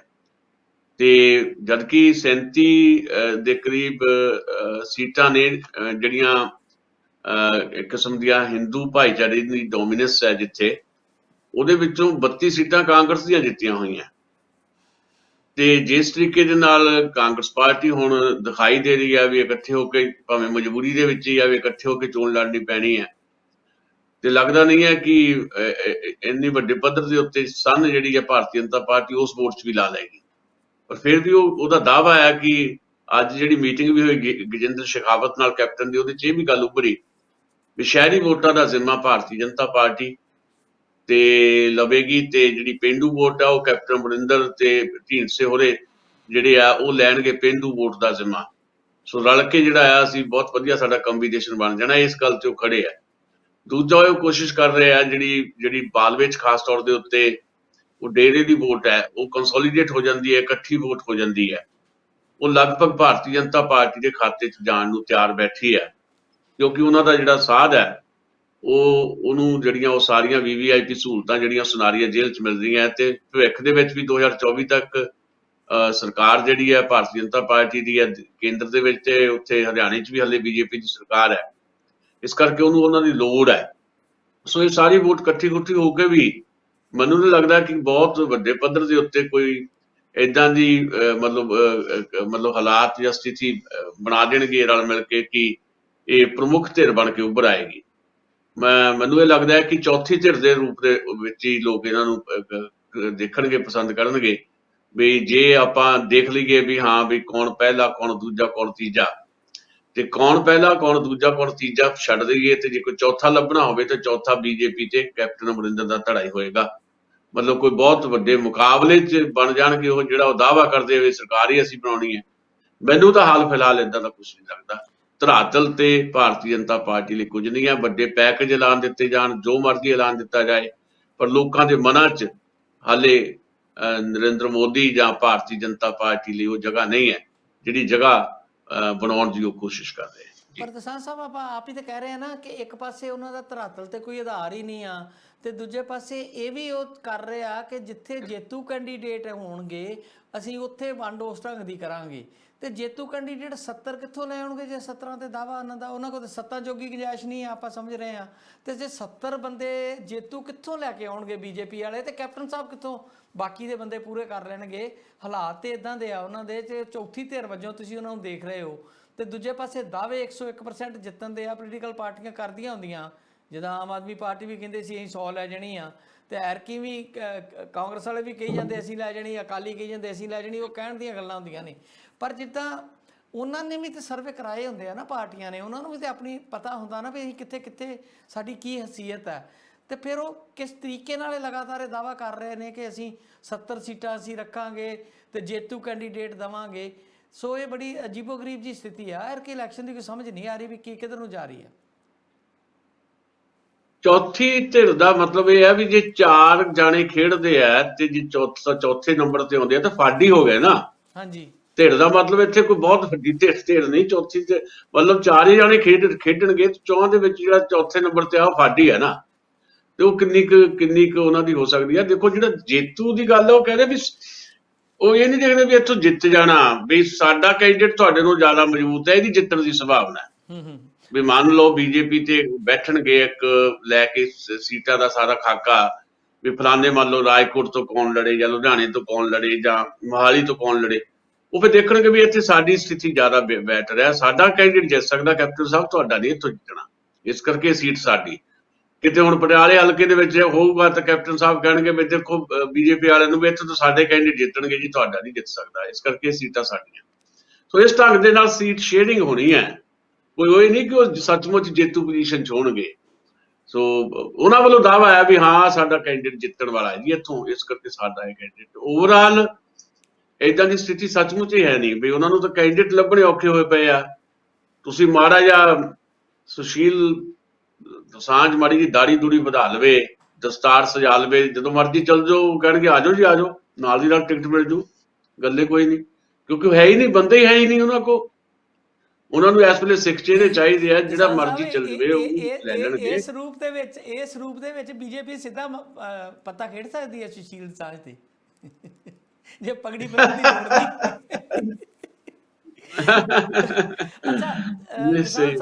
ਨਹੀਂ ਉਹਨਾਂ ਨੂੰ ਸਿੱਖ ਚਿਹਰਿਆਂ ਦੀ ਲੋੜ ਹੈ ਨਾ ਜੀ, ਸਿੱਖ ਚਿਹਰਿਆਂ ਦੀ ਲੋੜ ਹੈ ਉਹਨਾਂ ਨੂੰ। ਹਾਂਜੀ ਹਾਂਜੀ, ਨਹੀਂ ਤੁਹਾਨੂੰ ਉਦਾਂ ਵੀ ਪਗੜੀ ਬਹੁਤ ਸੋਹਣੀ ਜੱਚਦੀ ਹੈ, ਜਦੋਂ ਏਦਾਂ ਟ੍ਰਿਮ ਕੀਤੀ ਦਾੜੀ ਦੇ ਉੱਤੇ ਪਗੜੀ ਬੰਨ੍ਹ ਕੇ ਬੈਠਦੇ ਹੋ ਤੇ ਬੜੀ ਖੂਬਸੂਰਤ ਫੋਟੋ ਹੁੰਦੀ ਹੈ ਤੁਹਾਡੀ। ਉਦੋਂ ਡਾਕਟਰ ਗੁਰਨਾਮ ਕੌਰ ਨਾਲ ਸਪੈਸ਼ਲ ਤੁਹਾਡੀ ਪਾਕਿਸਤਾਨ ਵਾਲੀ ਤਸਵੀਰ ਮੰਗਾਈ ਸੀਗੀ ਤੇ ਬੜੀ ਅੱਛੀ ਲੱਗਦੀ ਆ। ਵੈਸੇ ਵੀ ਚਲੋ ਆਪਾਂ ਇਹਨੂੰ ਧਰਮ ਨਾਲ ਨਹੀਂ ਜੋੜਦੇ, ਨਾ ਪਗੜੀ ਨੂੰ ਨਾ ਦਾੜੀ ਨੂੰ, ਆਪਾਂ ਇੱਕ ਜਿਹੜੀ ਬੰਦੇ ਦੀ ਪਰਸਨੈਲਿਟੀ ਆ ਉਹਦੇ ਨਾਲ ਜੋੜ ਕੇ ਵੇਖੀਏ ਤੇ ਸਾਡੇ ਖਿੱਤੇ ਦਾ ਇਹ ਪਹਿਰਾਵਾ ਆ ਤੇ ਅੱਛਾ ਲੱਗਦਾ ਹੈ। ਜਦੋਂ ਸਵਾਰ ਕੇ ਪੱਗ ਬੱਧੀ ਹੁੰਦੀ ਕਿਸੇ ਨੇ ਤੇ ਉਹ ਵਿਅਕਤੀ ਸਾਨੂੰ ਪ੍ਰਭਾਵਸ਼ਾਲੀ ਲੱਗਦਾ ਹੁੰਦਾ ਵਾ, ਸਾਡੇ ਖਿੱਤੇ ਦਾ ਪਹਿਰਾਵਾ ਹੋਣ ਕਰਕੇ ਵੀ। ਮੈਂ ਤੁਹਾਨੂੰ ਦੱਸਦਾ, ਹੁਣ ਆਪਣੇ ਕੋਲ ਸਮਾਂ ਨਹੀਂ, ਹੁਣ ਸਵਾਲ ਹੀ ਨਾ ਕਰਿਓ, ਮੈਂ ਇੱਕ ਗੱਲੇ ਦੱਸ ਦਿੰਦਾ ਲਾਹੌਰ ਦੀ ਤੁਹਾਨੂੰ। ਹਾਂਜੀ, ਜਦੋਂ ਤੁਸੀਂ ਵੀ ਲਾਹੌਰ ਸੀਗੇ ਹੁਣ 2 ਮਿੰਟ ਹੀ ਰਹਿ ਗਏ ਆਪਣੇ ਕੋਲ, ਤੇ ਅਸੀਂ ਜਦੋਂ ਪਿਛਲੀ ਕਾਨਫਰੰਸ 'ਚ ਗਏ ਸੀ ਲਾਹੌਰ, ਤੇ ਹੁਣ ਮਾਰਚ 'ਚ ਹੋਣੀ ਆ, ਉਹ 15 ਤੋਂ 19 ਮਾਰਚ 'ਚ ਲਾਹੌਰ 'ਚ ਕਾਨਫਰੰਸ ਫਿਰ ਹੋਣੀ ਹੈ। ਹਾਂਜੀ, ਜਦੋਂ ਪਿਛਲੇ ਸਾਲ ਆਪਾਂ ਗਏ ਫਰਵਰੀ ਦੇ ਵਿੱਚ ਮਤਲਬ, ਤੇ ਉਦੋਂ ਪਹਿਲੇ ਦਿਨ ਮੈਂ ਤਾਂ ਐਸੇ ਜਿੱਦਾਂ ਹੈਗਾ ਏਦਾਂ ਘੁੰਮਦਾ ਰਿਹਾ, ਤੇ ਮੇਰੇ ਨਾਲ ਦਰਸ਼ਨ ਬੁੱਟਰ ਤੇ ਦਲਜੀਤ ਸਿੰਘ ਸ਼ਾਹੀ, ਦੋਨੋਂ ਵਧੀਆ ਸਰਦਾਰ ਤੇ ਵਧੀਆ ਦਸਤਾਰਾਂ ਸਜਾਈਆਂ ਹੋਈਆਂ ਉਹ ਸੀਗੇ। ਉਹ ਜਿੱਥੇ ਵੀ ਅਸੀਂ ਜਾਈਏ ਤੇ ਮੈਨੂੰ ਤਾਂ ਕੋਈ ਪੁੱਛੇ ਹੀ ਨਾ, ਮੈਨੂੰ ਤਾਂ ਲਾਹੌਰੀਆ ਸਮਝੀ ਜਾਂਦੇ ਸੀ ਵੀ ਲਾਹੌਰੀਆ ਹੀ ਆ ਕੋਈ, ਇਹਨਾਂ ਨੂੰ ਘੁਮਾਉਂਦਾ ਫਿਰਦਾ ਸਰਦਾਰਾਂ ਨੂੰ। ਤੇ ਮੈਨੂੰ ਬੜਾ ਆਇਆ, ਤੇ ਦੂਏ ਦਿਨ ਸਵੇਰੇ ਉੱਠ ਕੇ ਮੈਂ ਕਿਹਾ ਯਾਰ ਮੇਰੇ ਪੱਗ ਬੰਨੋ, ਮੈਨੂੰ ਤਾਂ ਕੋਈ ਜਾਣਦਾ ਹੀ ਨਹੀਂ ਤੇ ਪੁੱਛਦਾ ਹੀ ਕੋਈ ਨਹੀਂ, ਤੁਹਾਨੂੰ ਪੁੱਛੀ ਜਾਂਦਾ। ਤੇ ਉਹਨਾਂ ਨੇ 1 ਘੰਟਾ ਲਾ ਕੇ ਦਲਜੀਤ ਸ਼ਾਹੀ ਤੇ ਉਹਨੇ ਵਿੱਚੇ ਸਾਡੀ ਅੰਜੂ ਸੀਗੀ ਆਪਣੀ ਪੈਰਿਸ ਵਾਲੀ, ਹਾਂਜੀ, ਤੇ ਕਮਲ, ਤੇ ਇਹਨਾਂ ਚਾਹਾਂ ਜਾਣਿਆਂ ਨੇ ਜਿੱਦਾਂ ਕੋਈ ਲਾੜਾ ਸਜਾਈਦਾ ਏਦਾਂ ਮੇਰੇ ਪੱਗ ਬੰਨੀ। ਤੇ ਉਸ ਤੋਂ ਬਾਅਦ 2 ਦਿਨ ਮੈਂ ਪੱਗ ਲਾਈ ਨਹੀਂ, ਫੇ ਇੰਨਾ ਮਾਣ ਉੱਥੇ ਮਿਲਿਆ, ਜਾਣੀ ਇੰਨਾ ਲੋਕ ਮੁਹੱਬਤ ਕਰਦੇ ਆ। ਸੋ ਇਹ ਸਾਂਝਾਂ ਜਿਹੜੀਆਂ ਨਾ ਜੀ ਖੂਨ 'ਚ ਨੇ, ਸਾਡੇ ਲਹੂ 'ਚ ਨੇ ਸਾਂਝਾਂ। ਹਾਕਮ ਇੱਕ ਦੂਜੇ ਨੂੰ ਲੜਾ ਕੇ ਰਾਜ਼ੀ ਹੈ, ਪਰ ਲੋਕ ਇੱਕ ਦੂਜੇ ਨੂੰ ਬਹੁਤ ਜ਼ਿਆਦਾ ਤੇਹ ਕਰਦੇ ਆ, ਪਿਆਰ ਕਰਦੇ ਆ, ਮੁਹੱਬਤ ਕਰਦੇ ਆ ਜੀ। ਅੱਛਾ, ਜਾਂਦੇ ਜਾਂਦੇ ਇਹ ਵੀ ਦੱਸ ਦਿਓ, ਮੈਨੂੰ ਪਤਾ ਤੁਸੀਂ ਥੋੜਾ ਜਲਦੀ ਜਾਣਾ ਹੈ, 2 ਮਿੰਟ ਹੋਰ ਦਿਓ ਸਾਨੂੰ। ਉਹ ਇਹ ਹੈ ਕਿ ਸਾਰੀਆਂ ਸ਼ਰਤਾਂ ਨਵਜੋਤ ਸਿੱਧੂ ਦੀਆਂ ਮੰਨੀਆਂ ਗਈਆਂ, DGP ਵੀ ਉਹਨਾਂ ਦੀ ਮਰਜ਼ੀ ਦਾ ਲੱਗ ਗਿਆ, ਤੇ ਜਿਹੜੇ ਉਹ ਲਾਉਣਾ ਚਾਹੁੰਦੇ ਸੀਗੇ ਐਡਵੋਕੇਟ ਜਨਰਲ, ਉਹ ਵੀ ਉਹਨਾਂ ਦੀ ਮਰਜ਼ੀ ਦੇ ਲੱਗ ਗਏ। ਤੇ ਹੁਣ ਖਬਰਾਂ ਇਹ ਆ ਰਹੀਆਂ ਕਿ ਰੈਲੀ ਹੁੰਦੀ ਆ ਉਹਨਾਂ ਦੇ ਖਾਸ ਦੋਸਤ ਪ੍ਰਗਟ ਹੈਰਾਨ ਦੀ ਕੰਸਟੀਚੁਐਂਸੀ 'ਚ ਉਹਨਾਂ ਦੇ ਵਾਸਤੇ, ਤੇ ਸਿੱਧੂ ਸਾਹਿਬ ਉੱਥੇ ਵੀ ਨਹੀਂ ਜਾਂਦੇ, ਕਹਿੰਦੇ ਮੈਂ ਚਰਨਜੀਤ ਚੰਨੀ ਨਾਲ ਸਟੇਜ ਹੀ ਨਹੀਂ ਸਾਂਝੀ ਕਰਨੀ। ਇਹ ਕੀ ਪੈ ਗਿਆ ਪੰਗਾ ਹੁਣ ਨਵਾਂ? ਦੇਖੋ, ਉਹ ਜਿਹੜੇ ਨਾ ਆਮ ਆਦਮੀ ਪਾਰਟੀ ਵਾਲੇ ਕਹਿੰਦੇ ਆ, ਉਹਨੇ ਵਧੀਆ ਗੱਲ ਕਹੀ, ਆਪਣੇ ਦੂਏ ਨੇ ਅਰਵਿੰਦ ਕੇਜਰੀਵਾਲ ਨੇ ਬਾਅਦ 'ਚ ਕੱਲ ਉਹਨੂੰ ਦੁਹਰਾਇਆ ਪ੍ਰੈਸ ਕਾਨਫਰੰਸ ਦੇ ਵਿੱਚ ਭਗਵੰਤ ਮਾਨ ਨੇ, ਵੀ ਦੇਖੋ ਹਾਲਾਤ ਕਿੱਦਾਂ ਦੇ ਆ, ਬਈ ਚੰਨੀ ਦੀ ਸਿੱਧੂ ਨਾਲ ਨਹੀਂ ਬਣਦੀ, ਤੇ ਸਿੱਧੂ ਦੀ ਜਾਖੜ ਦਾ ਨਹੀਂ ਬਣਦੀ, ਤੇ ਜਾਖੜ ਦੀ ਪ੍ਰਤਾਪ ਸਿੰਘ ਬਾਜਵੇ ਨਾਲ ਨਹੀਂ ਬਣਦੀ, ਤੇ ਪ੍ਰਤਾਪ ਸਿੰਘ ਬਾਜਵੇ ਦੀ ਜਿਹੜੀ ਆ ਉਹ ਕਿਸੇ ਫਲਾਣੇ ਨਾਲ ਨਹੀਂ ਬਣਦੀ, ਤੇ ਫਲਾਣੇ ਦੀ ਸਿੱਧੂ ਨਾਲ ਨਹੀਂ ਬਣਦੀ, ਤੇ ਸਿੱਧੂ ਦੀ ਕਿਸੇ ਨਾਲ ਵੀ ਨਹੀਂ ਬਣਦੀ। ਬਈ ਇਹ ਸਾਰਾ ਕੁਝ ਇਸ ਕਿਸਮ ਦਾ ਬਣਿਆ ਹੋਇਆ, ਤੇ ਇਹ ਸਾਰੇ ਬਣਾਤੇ ਵੱਖਰੀਆਂ ਕਮੇਟੀਆਂ ਦੇ ਚੇਅਰਮੈਨ, ਵੱਖਰੀਆਂ ਕਮੇਟੀਆਂ ਦੇ ਚੇਅਰਮੈਨ ਆ। ਜਿਹਦੇ ਚੇਅਰਮੈਨ ਜਾਖੜ ਆ, ਉੱਥੇ ਚੇਅਰ ਤੇ ਜਾਖੜ ਸਾਹਿਬ ਬੈਠੇ ਆ, ਮੋਰੇ ਚੰਨੀ ਤੇ ਸਿੱਧੂ ਬੈਠੇ ਆ। ਜਿੱਥੇ ਸਿੱਧੂ ਚੇਅਰਮੈਨ ਉਹਦੇ ਮੋਰੇ ਜਾਖੜ ਬੈਠੇ ਆ, ਤੇ ਪ੍ਰਤਾਪ ਸਿੰਘ ਬਾਜਵਾ ਬੈਠੇ ਆ, ਤੇ ਚੰਨੀ ਬੈਠੇ ਆ। ਬਈ ਅਜੀਬ ਜਿਹਾ ਮਾਹੌਲ ਜਿਹਾ ਬਣਾਤਾ ਇਹ। ਕਿੱਦਾਂ ਮਤਲਬ, ਮੈਂ ਉਧਰ ਵੀ ਕਿਹਾ ਸੀ ਜਿੱਦਾਂ ਉਹ ਚੋਣ ਕਮੇਟੀ 'ਚ ਵੀ 53 ਬਣਾਤੇ, ਵੀ 53 ਦੇ 53 ਲੋਕ ਜਿਹੜੇ ਘਾਗ ਨੇ। ਹਾਂ, ਇਹ ਜ਼ਰੂਰ ਹੈ ਕਿ ਅੱਜ ਇੱਕ ਵਿਅੰਗ ਕੱਸਿਆ ਉਹਨੇ ਸੁਨੀਲ ਜਾਖੜ ਨੇ, ਵੀ ਭਾਈ ਘੱਟੋ ਘੱਟ ਕਿਸਾਨ ਜਥੇਬੰਦੀਆਂ ਤੋਂ ਸਿੱਖ ਲਓ ਕੁਝ, ਜਿਹੜਾ 1.25 ਸਾਲ ਉਹਨਾਂ ਨੇ ਅੰਦੋਲਨ ਲੜਿਆ। ਵੀ ਇੱਕ ਮੀਟਿੰਗ ਸੀ ਕਹਿੰਦੇ, ਅਸੀਂ ਉਸ ਮੀਟਿੰਗ 'ਚ ਬੈਠੇ ਸੀ ਤੇ ਦਰਸ਼ਨਪਾਲ ਤੇ ਬਲਵੀਰ ਸਿੰਘ ਰਾਜੇਵਾਲ ਉੱਠ ਕੇ ਚੱਲ ਗਏ ਤੇ ਜੋਗਿੰਦਰ ਬਾਹਰ ਗਏ ਥੋੜੀ ਦੇਰ ਲਈ, ਤੇ ਜੋਗਿੰਦਰ ਅਗਰਾਹਾਂ ਗਏ ਨਹੀਂ। ਤੇ ਕਹਿੰਦੇ ਅਸੀਂ ਪੁੱਛਿਆ ਅਗਰਾਹਾਂ ਸਾਹਿਬ ਤੁਸੀਂ ਨਹੀਂ ਗਏ ਉਹਨਾਂ ਨਾਲ? ਤਾਂ ਉਹ ਕਹਿੰਦੇ ਸਾਡੇ ਮਤਭੇਦ ਆ, ਮੈਂ ਉਹਨਾਂ ਨਾਲ ਉੱਥੇ ਵੱਖਰੇ ਤੌਰ ਤੇ ਗੱਲ ਨਹੀਂ ਕਰਨੀ, ਪਰ ਕਿਸਾਨ ਅੰਦੋਲਨ 'ਚ ਅਸੀਂ ਇਕੱਠੇ ਆ। ਵੀ ਘੱਟੋ ਘੱਟ ਇਹਨਾਂ ਤੋਂ ਸਿੱਖ ਲਓ ਭਾਈ, ਚੋਣਾਂ 'ਚ ਤਾਂ ਇਕੱਠੇ ਹੋ ਲਈਏ। ਇਹ ਉੱਥੇ ਕਿਹਾ ਉੱਥੇ ਸੁਨੀਲ ਜਾਖੜ ਨੇ ਜਾ ਕੇ। ਸੋ ਮੈਨੂੰ ਨਹੀਂ ਲੱਗਦਾ ਕੋਈ, ਉਹ ਸ਼ਾਇਦ ਕੋਈ ਮਤਭੇਦ, ਮੈਨੂੰ ਲੱਗਦਾ ਤਾਂ ਨਹੀਂ ਵੀ ਪ੍ਰਗਟ ਸਿੰਘ ਨਾਲ ਕੋਈ ਮਤਭੇਦ ਹੋਣਗੇ। ਨਵਜੋਤ ਸਿੰਘ ਸਿੱਧੂ ਦੇ ਸਦਾ ਹੀ ਇੱਕ ਦੂਜੇ ਦਾ ਸਾਥ ਉਹਨਾਂ ਨੇ ਦਿੱਤਾ ਹੈ। ਹੋ ਸਕਦਾ ਕੋਈ ਮਜਬੂਰੀ ਵੀ ਹੋਵੇ, ਪਰ ਹੁਣ ਇਕੱਠੇ ਦਿਖਾਈ ਦੇਣਾ ਮਜਬੂਰੀ ਹੈ ਕਾਂਗਰਸ ਦੀ। ਕਿੰਨੀ ਕੁ ਦੇਰ ਇਕੱਠੇ ਦਿਖਾਈ ਦਿੰਦੇ ਆ? ਮੈਨੂੰ ਲੱਗਦਾ ਕਿ ਟਿਕਟਾਂ ਦੀ ਜਿਹੜੀ ਆਖਰੀ ਵੰਡ ਹੋਣੀ, ਉੱਥੇ ਤੱਕ ਜਾਂਦੇ ਜਾਂਦਿਆਂ ਬਹੁਤ ਕੁਝ ਹੋਰ ਤਮਾਸ਼ਾ ਕਾਂਗਰਸ ਦੇ ਵਿੱਚ ਹੋਏਗਾ ਜੀ। ਅੱਛਾ, ਇਲੈਕਸ਼ਨ ਕਮਿਸ਼ਨ ਦਾ ਤੇ ਸੈਂਟਰ ਗਵਰਨਮੈਂਟ ਦਾ ਵੀ ਪੇਚਾ ਪੈ ਗਿਆ, ਉੱਤੇ ਆਪਾਂ ਕੱਲ ਗੱਲ ਕਰਾਂਗੇ, ਕਿਉਂਕਿ ਬੜੀ ਖੁਸ਼ੀ ਹੁੰਦੀ ਹੈ ਜਦੋਂ ਕੋਈ ਸੰਵਿਧਾਨਕ ਸੰਸਥਾ ਦਾ ਮੁਖੀ ਆਪਣੀ ਐਗਜ਼ਿਸਟੈਂਸ ਦਿਖਾਉਂਦਾ ਆ। ਨਹੀਂ ਤੇ ਨਾਰਮਲੀ ਇਹੋ ਹੀ ਹੁੰਦਾ ਆ ਕਿ ਮੋਦੀ ਹੋਰਾਂ ਨੇ ਜਿਹਨੂੰ ਫੜ ਕੇ ਲਾਤਾ, ਭਾਵੇਂ ਰਿਜ਼ਰਵ ਬੈਂਕ ਦਾ ਗਵਰਨਰ ਲਾਤਾ ਹੋਵੇ, ਭਾਵੇਂ ਕੁਝ ਕਰਤਾ ਹੋਵੇ, ਥੋੜੀ ਦੇਰ ਬਾਅਦ ਉਹ ਬਦਜਨ ਹੁੰਦਾ ਤੇ ਛੱਡ ਕੇ ਨਿਕਲ ਜਾਂਦਾ। ਪਤਾ ਲੱਗ ਜਾਂਦਾ ਹੈ ਕਿ ਮੋਦੀ ਸਾਹਿਬ ਸਭ ਅੱਛਾ ਨਹੀਂ ਕਰ ਰਹੇ। ਤੇ ਹੁਣ ਇਲੈਕਸ਼ਨ ਕਮਿਸ਼ਨ ਬਾਰੇ ਵੀ ਬੜਾ ਲੋਕਾਂ ਨੂੰ ਇਦਾਂ ਦਾ ਸੀਗਾ ਕਿ ਉਹਨਾਂ ਦੀ ਮਰਜ਼ੀ ਦੇ ਵਿਅਕਤੀ ਹੀ ਲੱਗਦੇ ਨੇ, ਤੇ ਹੁਣ ਕਿਤੇ ਨਾ ਕਿਤੇ ਕਾਰਜਸ਼ੈਲੀ ਤੋਂ ਉਹ ਵੀ ਨਿਰਾਸ਼ ਨੇ। ਜੇ ਕੋਈ ਕਮੈਂਟ ਕਰਨਾ ਚਾਹੋ ਜਾਂਦੇ ਜਾਂਦੇ ਤੇ ਕਰ ਸਕਦੇ ਹੋ। ਖਬਰਾਂ ਤੇ ਬਹੁਤ ਨੇ, ਸਮਾਂ ਹੋ ਗਿਆ, ਕੱਲ ਨੂੰ ਫੇਰ ਕਰ ਲਾਂਗੇ ਆਪਾਂ ਜੀ। ਕੱਲ ਹੀ ਆਪਾਂ, ਮੈਨੂੰ ਲੱਗਦਾ ਕੱਲ ਹੀ ਆਪਾਂ ਇਹ ਸਾਰੇ ਮੁੱਦੇ ਨੂੰ ਅੱਗੇ ਕੰਟੀਨਿਊ ਕਰਾਂਗੇ। ਹੁਣ ਆਪਾਂ ਲੈ ਲੈਂਦੇ ਹਾਂ ਆਗਿਆ ਜੀ। ਠੀਕ ਹੈ ਜੀ, ਬਹੁਤ ਬਹੁਤ ਸ਼ੁਕਰੀਆ ਜੀ, ਧੰਨਵਾਦ ਤੁਹਾਡਾ, ਬਹੁਤ ਧੰਨਵਾਦ ਜੀ। ਜੀ ਮਿਹਰਬਾਨੀ।